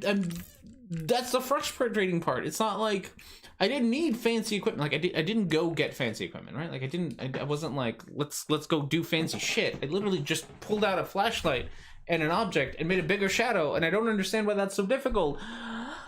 Oh, my brain can handle it. So since the moon causes a 72 mile wide at the most shadow on the Earth during a total eclipse, then the moon can't be more than 72 miles if that is the blocking object. What?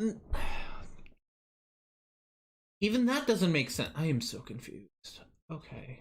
Although longer because it's at an angle, and of course at a solar eclipse, we get a solar eclipse when it's total at high noon, or when the sun is highest in the sky. So we don't have this effect. The shadow is never then larger than the blocking object. Okay. This is the part that I've gone back more than once on this because I'm just blah. The shadow is not bigger than the blocking object. That's what he says. It's not bigger than the blocking object, right? Fine. So since the moon causes a 72 mile wide at the most shadow on the Earth during a total eclipse, then the moon can't be more than 72 miles if that is a blocking object. Why? Like, even by your logic, that makes no sense, right? You said the shadow can't be bigger than the object. That you didn't say it has to be the exact same size, or that the shadow can't be bigger than the object. The object can be bigger than the shadow. Those are your words. I'm frustrated. Those are your words. That the shadow can't be bigger. So that's fine. The shadow in this example is 72 miles or whatever you said. So the moon, the moon has to be bigger than 72, because if it's smaller than 72, then the shadow would be bigger. So it necessarily has to be bigger than 72 to follow your launch. Just to follow your logic, it necessarily needs to be bigger. So what is this whole that you're changing over and being like the moon is 72 miles long, like, or big or whatever? I'm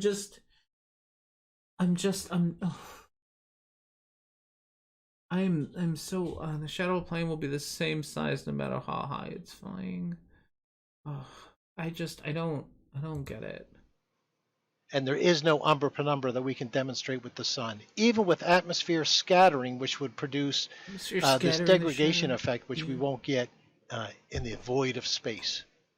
What? So again, do you think that going back to the very basics in the very beginning, when you have a half moon producing this, you're not in the shade because it's not as bright as a full moon.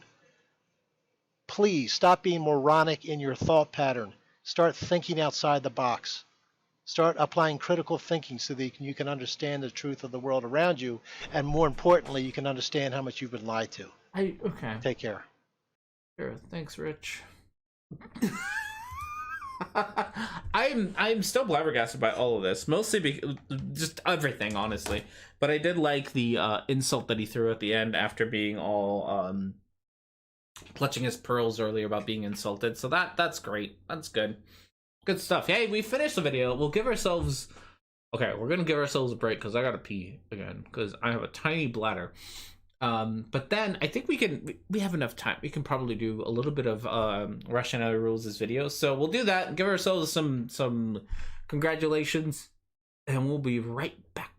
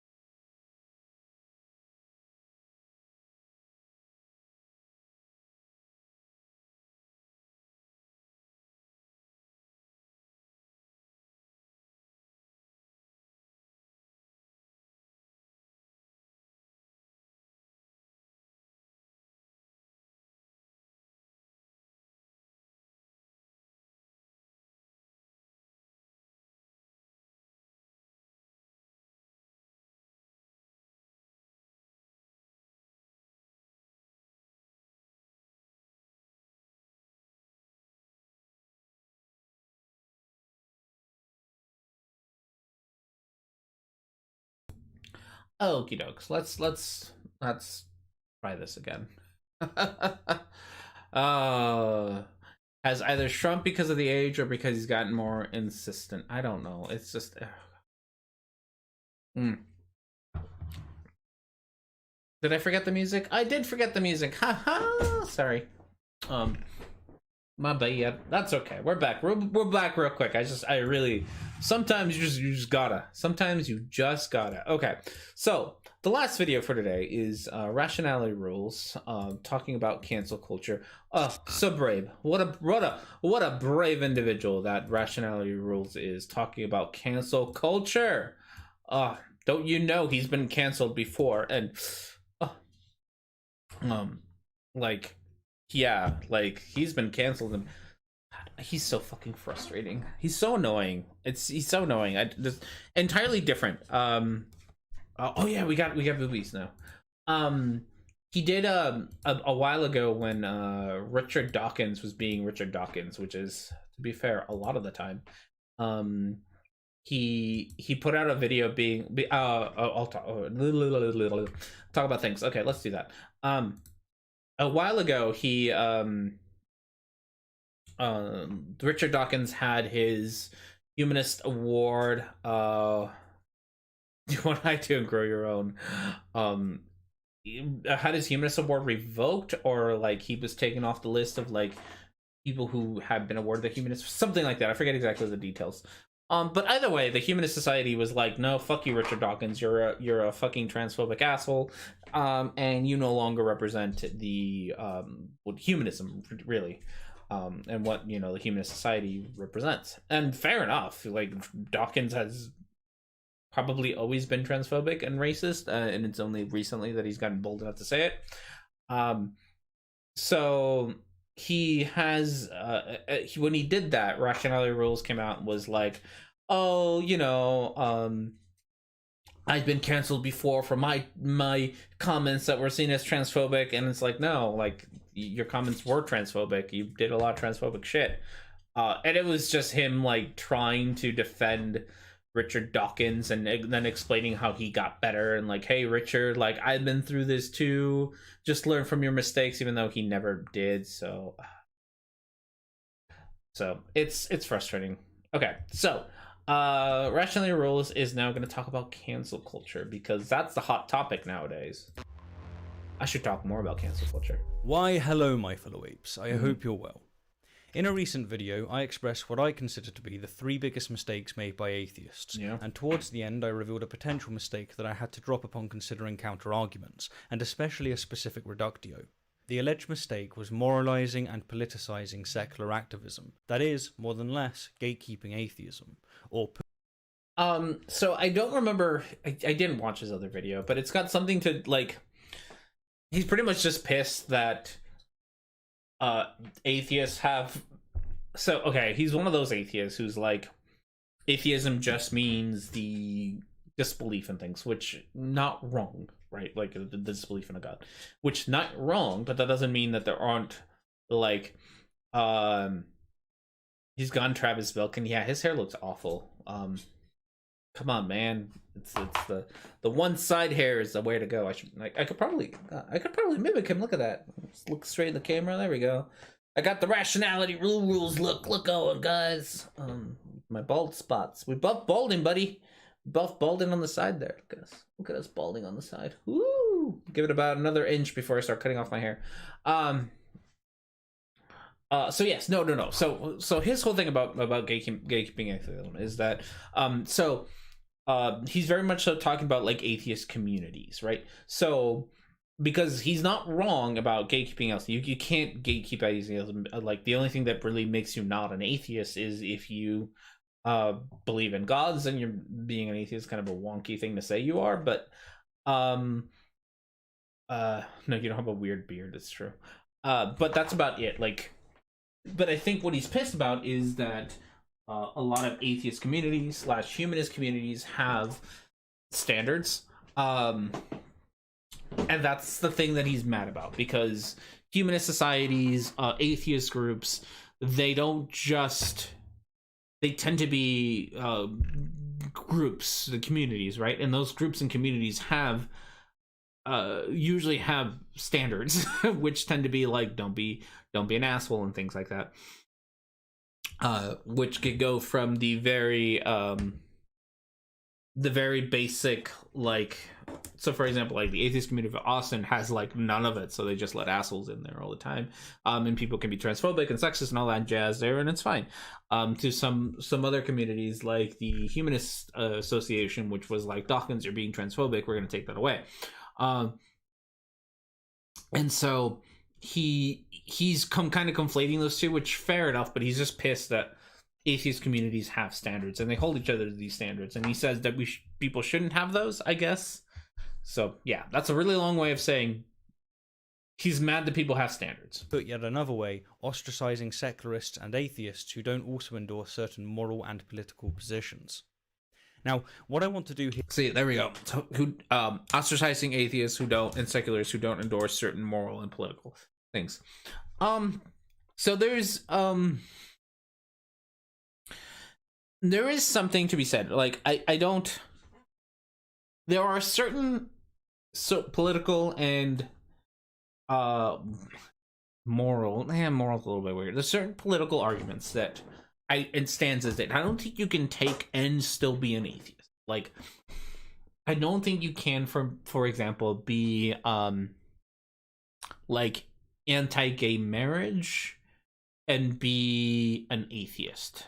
And well, you can, obviously you can have those two, but I don't think that you can have those two positions and be consistent with your belief system, right? So it's one of those things that, like, the only reason that people are against, not the only reason, but the majority of reasons tend to be like religious reasons for those kinds of things.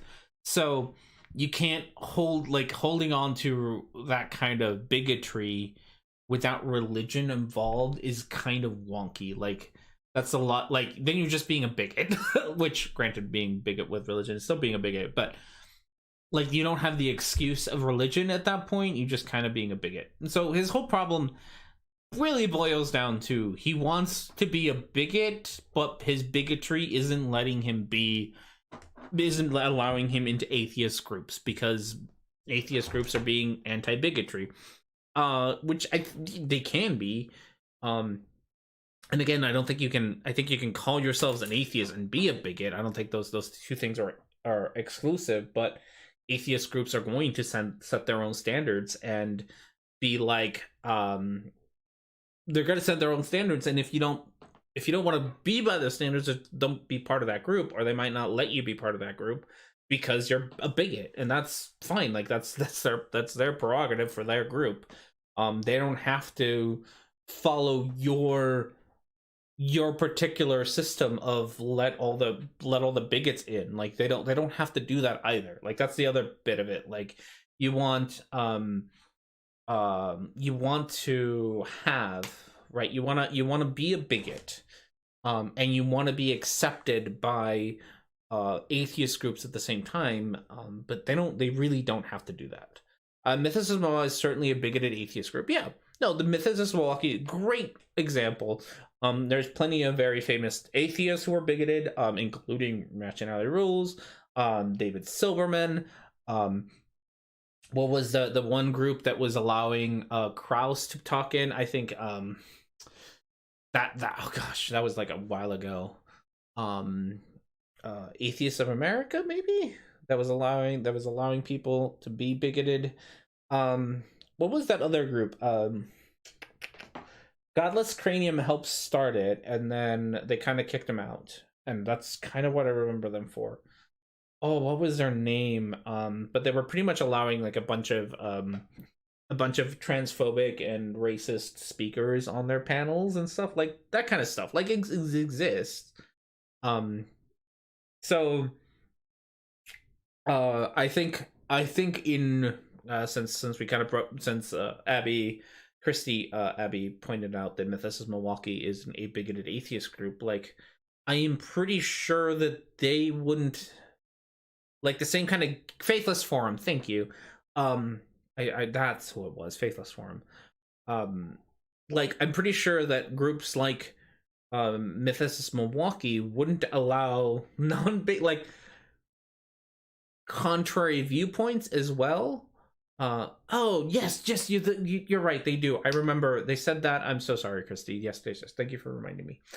They do use they them. I did see that. I just haven't talked about them in a while. But yes, Mythos Milwaukee would also gatekeep like who joins their club by themselves. Like, they might not have a policy that says you must support Donald Trump or you must be a racist asshole to join, but by their very nature, they're going to sit around and talk about supporting bigoted things, and that in and of itself is going to disincentivize people from joining their group because they're not bigots. So even groups like that are going to gatekeep. Like, that's what groups do. Should it happen? Probably. Like, I'm actually okay with groups gatekeeping whichever way. Like, I find, like, it's your group, you gatekeep, you let people in who you want to let in. I don't think every group has to be available for everybody, but usually the only people who complain are honestly are usually bigots who are like, why can't I join this group? Why are my worldviews not allowed in this group, without understanding that someone like me is probably not welcome at a MAGA cult thing or whatever. I should, like, fucking 2 hours ago I was like, don't throw cult around like fucking adjective, and there I go. Like, I'm not gonna be welcomed in a MAGA thing. I'm not gonna be welcomed in a white supremacist thing. I'm not gonna be welcomed with the Proud Boys, like shit like that, right? It's not like other groups don't gatekeep. It's just that the bigots are usually the ones who stand up and say, like, hey, I'm not happy that you didn't let me into your exclusive club because I'm a bigot. And they're the ones who usually complain about it. End of the day, that seems to be what Rationality Rules is pissed about. Here is analyze this phenomena from the roots up, as while it's not necessarily a mistake, it can be, let's say, problematic. Let's get to it. Given that the moralizing and politicizing of a disposition can be really quite difficult to recognize, let alone analyze once it's set in, I'm going to construct a potential future example of secular gatekeeping, and then draw correspondence with contemporary examples.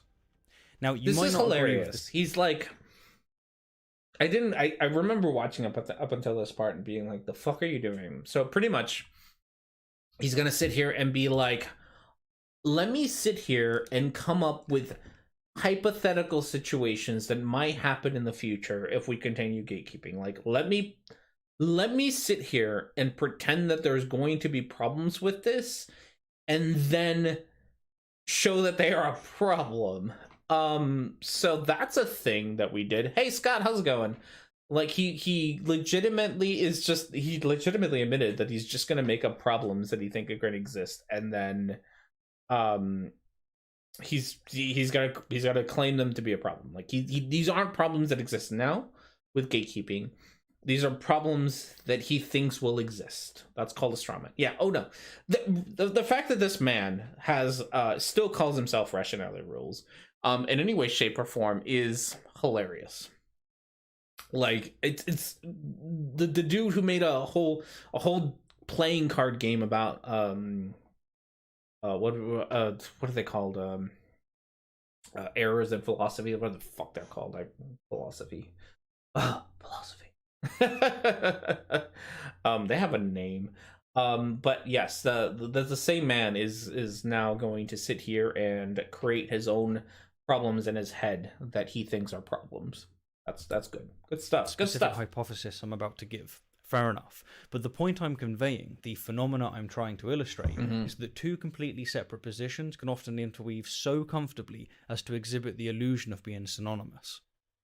Consider veganism, a predominantly ethical position that in recent years has seen a boost in prominence among secular circles, due to such things as Sam Harris endorsing it, though not practicing it, Alex O'Connor and Drew McCoy both endorsing and practicing it, and I'd argue most crucially, many countries significantly improving their vegan cuisine. The Starbucks Beyond Meat burger, for instance, is damn delicious. I've had to do this take several times, but, you know, things I have to do for YouTube. Now, at first glance, veganism appears completely irrelevant to atheism, and so there is only one philosophical opus dea existence after religion. Ooh. What about Deus Ex Machina? Deus Ex, no, Machina's extra. Deus Ex, that's a philosophy game. God. Sorry, I just remembered this tweet. Just remembered this tweet, and I'm getting frustrated by this tweet that I just remembered. That someone was complaining that the new Matrix movie uses too much philosophy mumbo jumbo, and I'm just like, the fuck? They're like, the old one wasn't like this. The old one wasn't about philosophy. How dare the new movie be about philosophy? It just absolutely boggles me. Stop playing with everything. Yeah. No, veganism in and of itself could probably have a whole topic to it. You do not need to play with that. Kittens, a fucking handful. It's a card game, and you told me about this card game. Yes. You told me about this when you were here. I remember now. By the way, just because I like to talk about this, microbiologism came and visited me and not Pasta a couple of weeks ago, and that was fun. We went and played. And Pasta just yells down the hallway. I did. Came to visit me. We had a good time. We went and played cards. We played Cards Against Humanity. Great time. We had D&D here. It was great. Good times. So yes. Can't wait for the next time for Micro to come visit me again, and not Pasta. Okay, so I lost my train of thought. I lost my train of thought as I'm trying to wrangle both a cat and a video and a chat, which is incredibly difficult. You need to stop your ridiculousness. Certainly secularism, but on closer inspection, it's highly compatible with both. Yes. Theism, and especially Abrahamic theism, asserts that there is a God, a creator, who has a special relationship. I feel, okay, so this is a thing that I get, and I have tried my best to grow out of, which is that you see a lot of atheist channels, and I've done it before, and I probably will do it again because it's a hard habit to get out of, but we assume what religious people should believe. Like we somehow become the arbiters of what like Christianity should be, and that's a little bit dickish because we're also the ones who are like, you can't tell us what atheism is like, or what the other one is not. God, my words. Atheism, the one that's usually conflated as below atheism but not quite atheism, agnosticism. We're also the ones who get pissy when like people are like, I'm going to define atheism for you, but here we're going to sit down and pretend like we are going to be the ones who we're going to be the ones who tell Christians what they should or shouldn't believe. He's about to do that. It's a shitty thing to do. Don't do it. Like, let people tell you what they believe or don't believe. Christianity, all religions have a very wide berth of beliefs that we don't know them all, and that's okay. Like, just ask what they believe, and that's fine.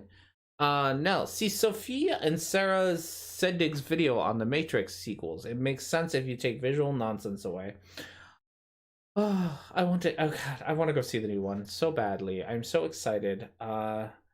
The architect's speech in the second movie always sounds like philosophical bafflegab. Yes. Baptists don't believe in ritual cannibalism.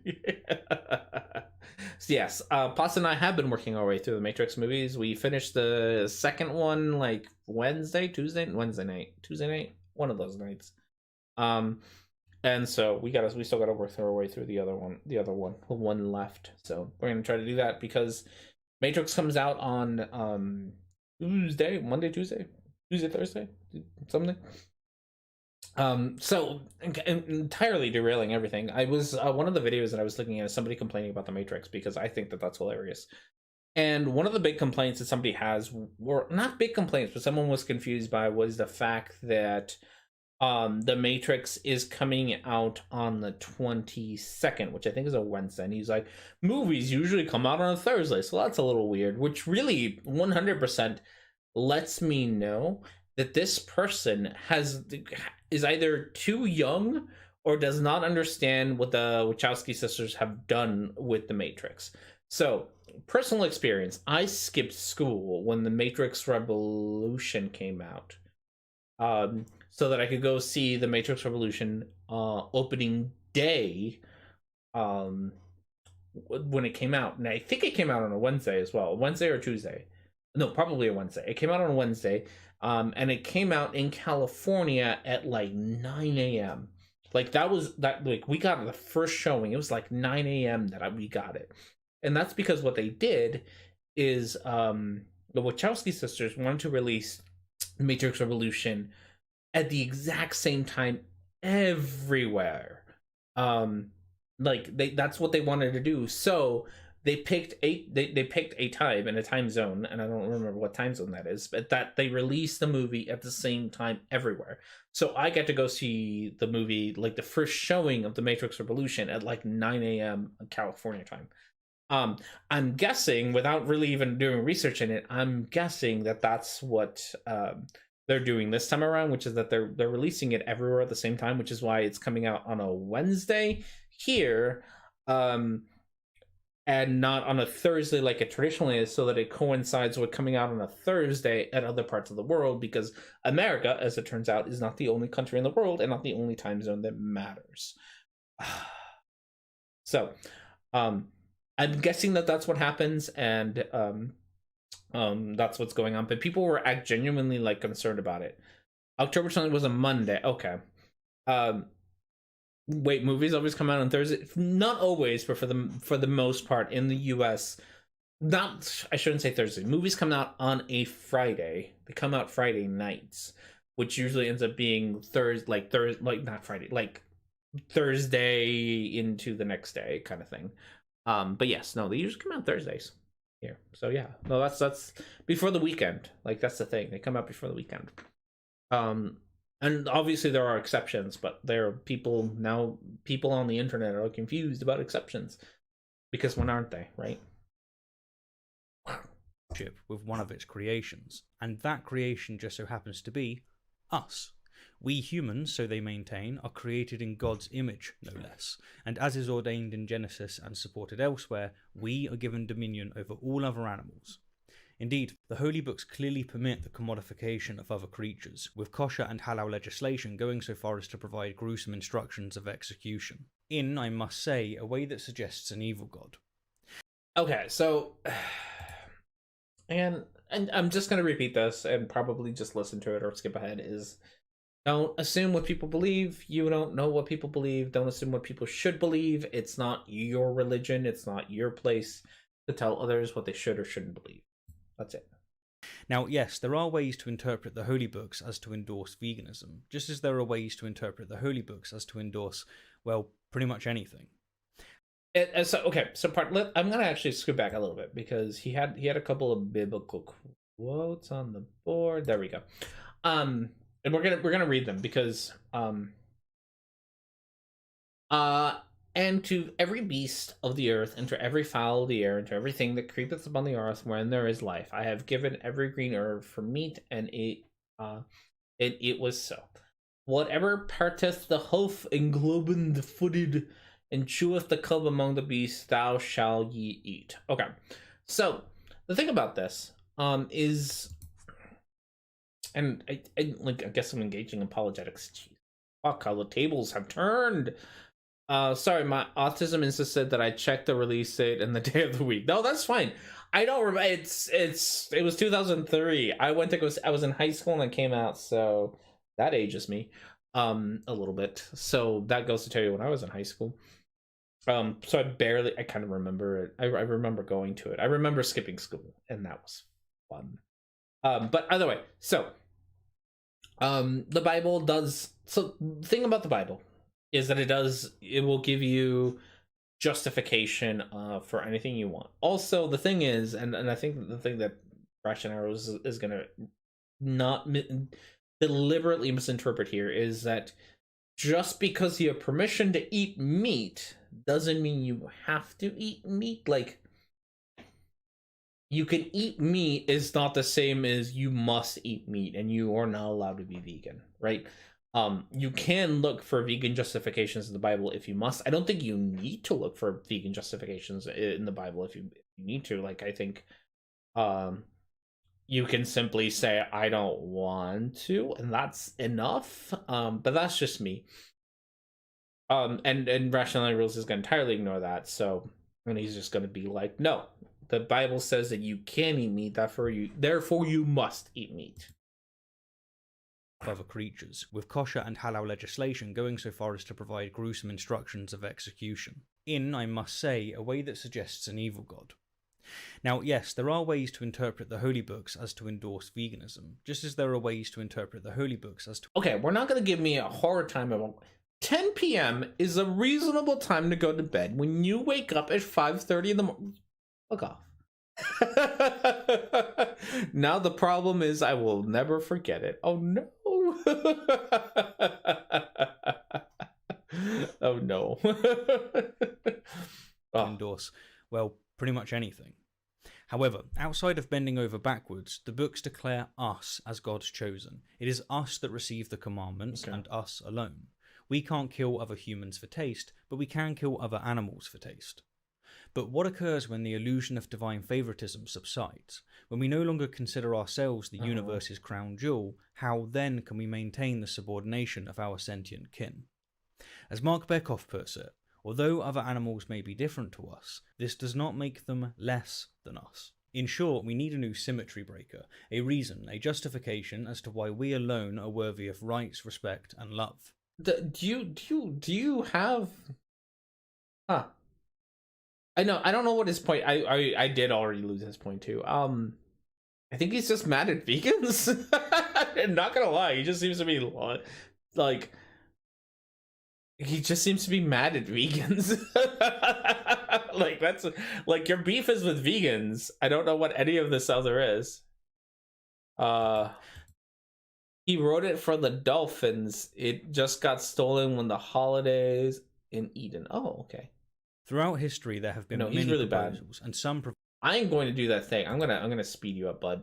You are, I forgot how, like, slow a talker you are, buddy. Talk faster. Such as various forms of the social contract. Yes. But the most prominent proposals have upheld, more than less, the normative framework of utilitarianism, which can be summed up in the following sentence from Jeremy Bentham. The question is not, can they reason, nor can they talk, but can they suffer? And the answer to whether or not dogs, pigs, chicken, and tuna can suffer, to name but a few, is most certainly yes. Hence, if well-being is the measure of morality, then dogs really are... He does sound like he's putting on that. He's well, okay. He sounds like he's trying really hard to sound smart. Our best friend. In the absence... I don't try to sound smart. I'm a fucking idiot. ...of divine favoritism, the mistreatment of other animals is very difficult to maintain. Yes. And so, the philosophy of veganism lends itself comfortably to secularism. Now, as it stands, atheist events are not excluding non-vegans, but given the trajectory and enough time, I, for one, can easily foresee a future in which atheist events not only... Okay,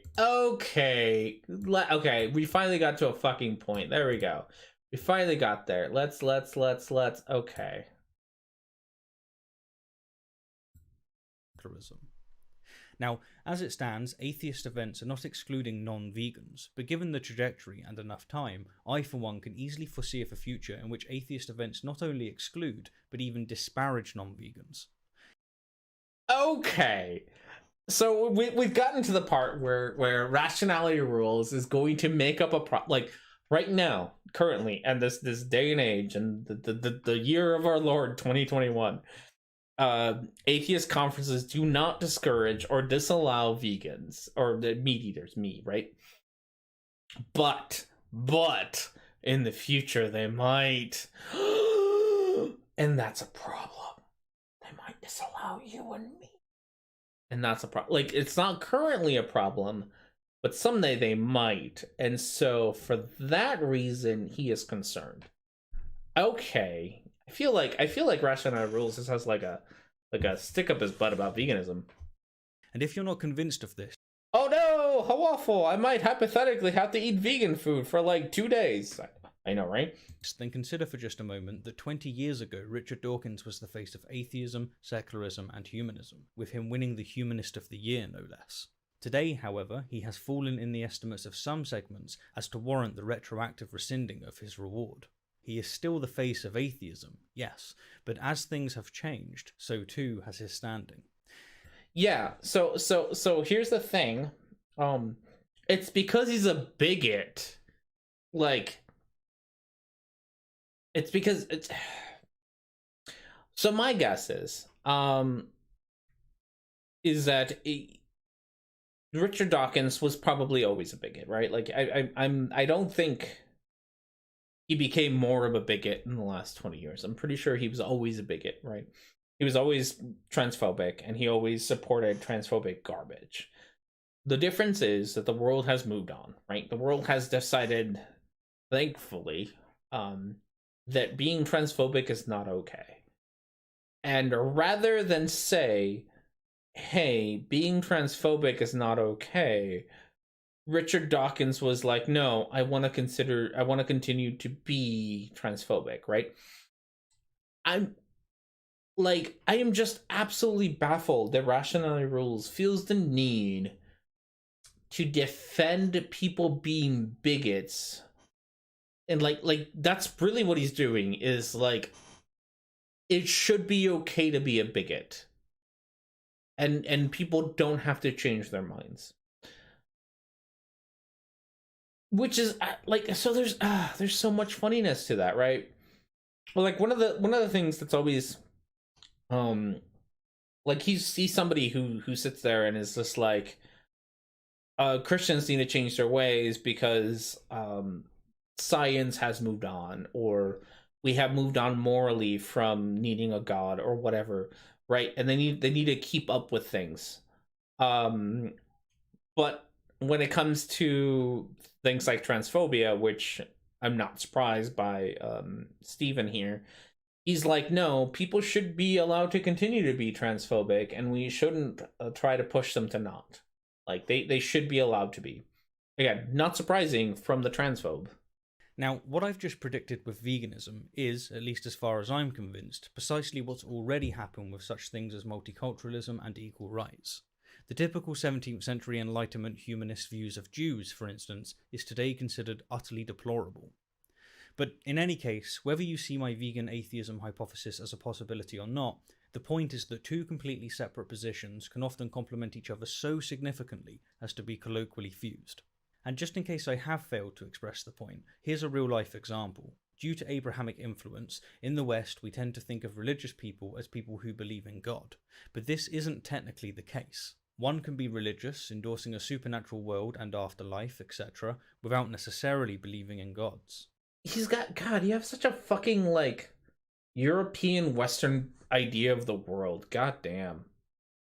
Alright, so with the vegan secularism hypothesis on the table, let's talk secularism.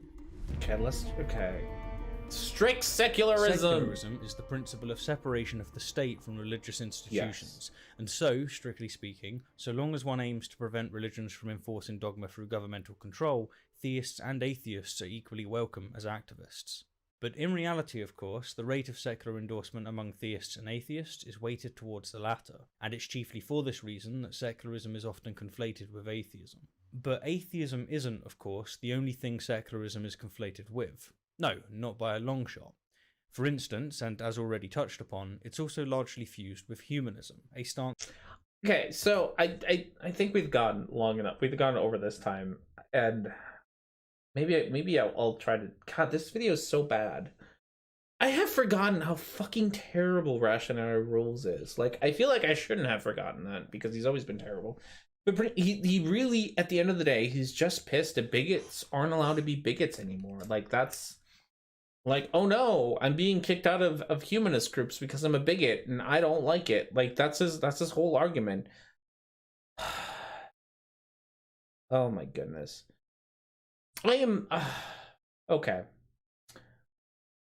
So, we're gonna stop here because I might legitimately finish watching this video. Hey, we need to make videos. And continue to do that. Also, I have a sleeping kitten here and he's so cute. Look at him. So with that said, God, this is frustrating. I am ending frustrated, but I'm gonna cuddle with my cat and be happy. Give me your serotonin, bitch. So, everyone have yourselves a wonderful weekend. I will not see you all next Saturday because I will be out of town. I will see you this Saturday or Sunday. Next Sunday, I will see you the Sunday after. Remember, if you want to check me out doing you can get extra boobies because you tolerated Rationality Rules, and you know what? Sometimes, if not always, Dad deserves boobies. But thank you everyone for being here. There we go. Somebody roll me a d20. Somebody roll me a d20. While you roll a d20. Okay.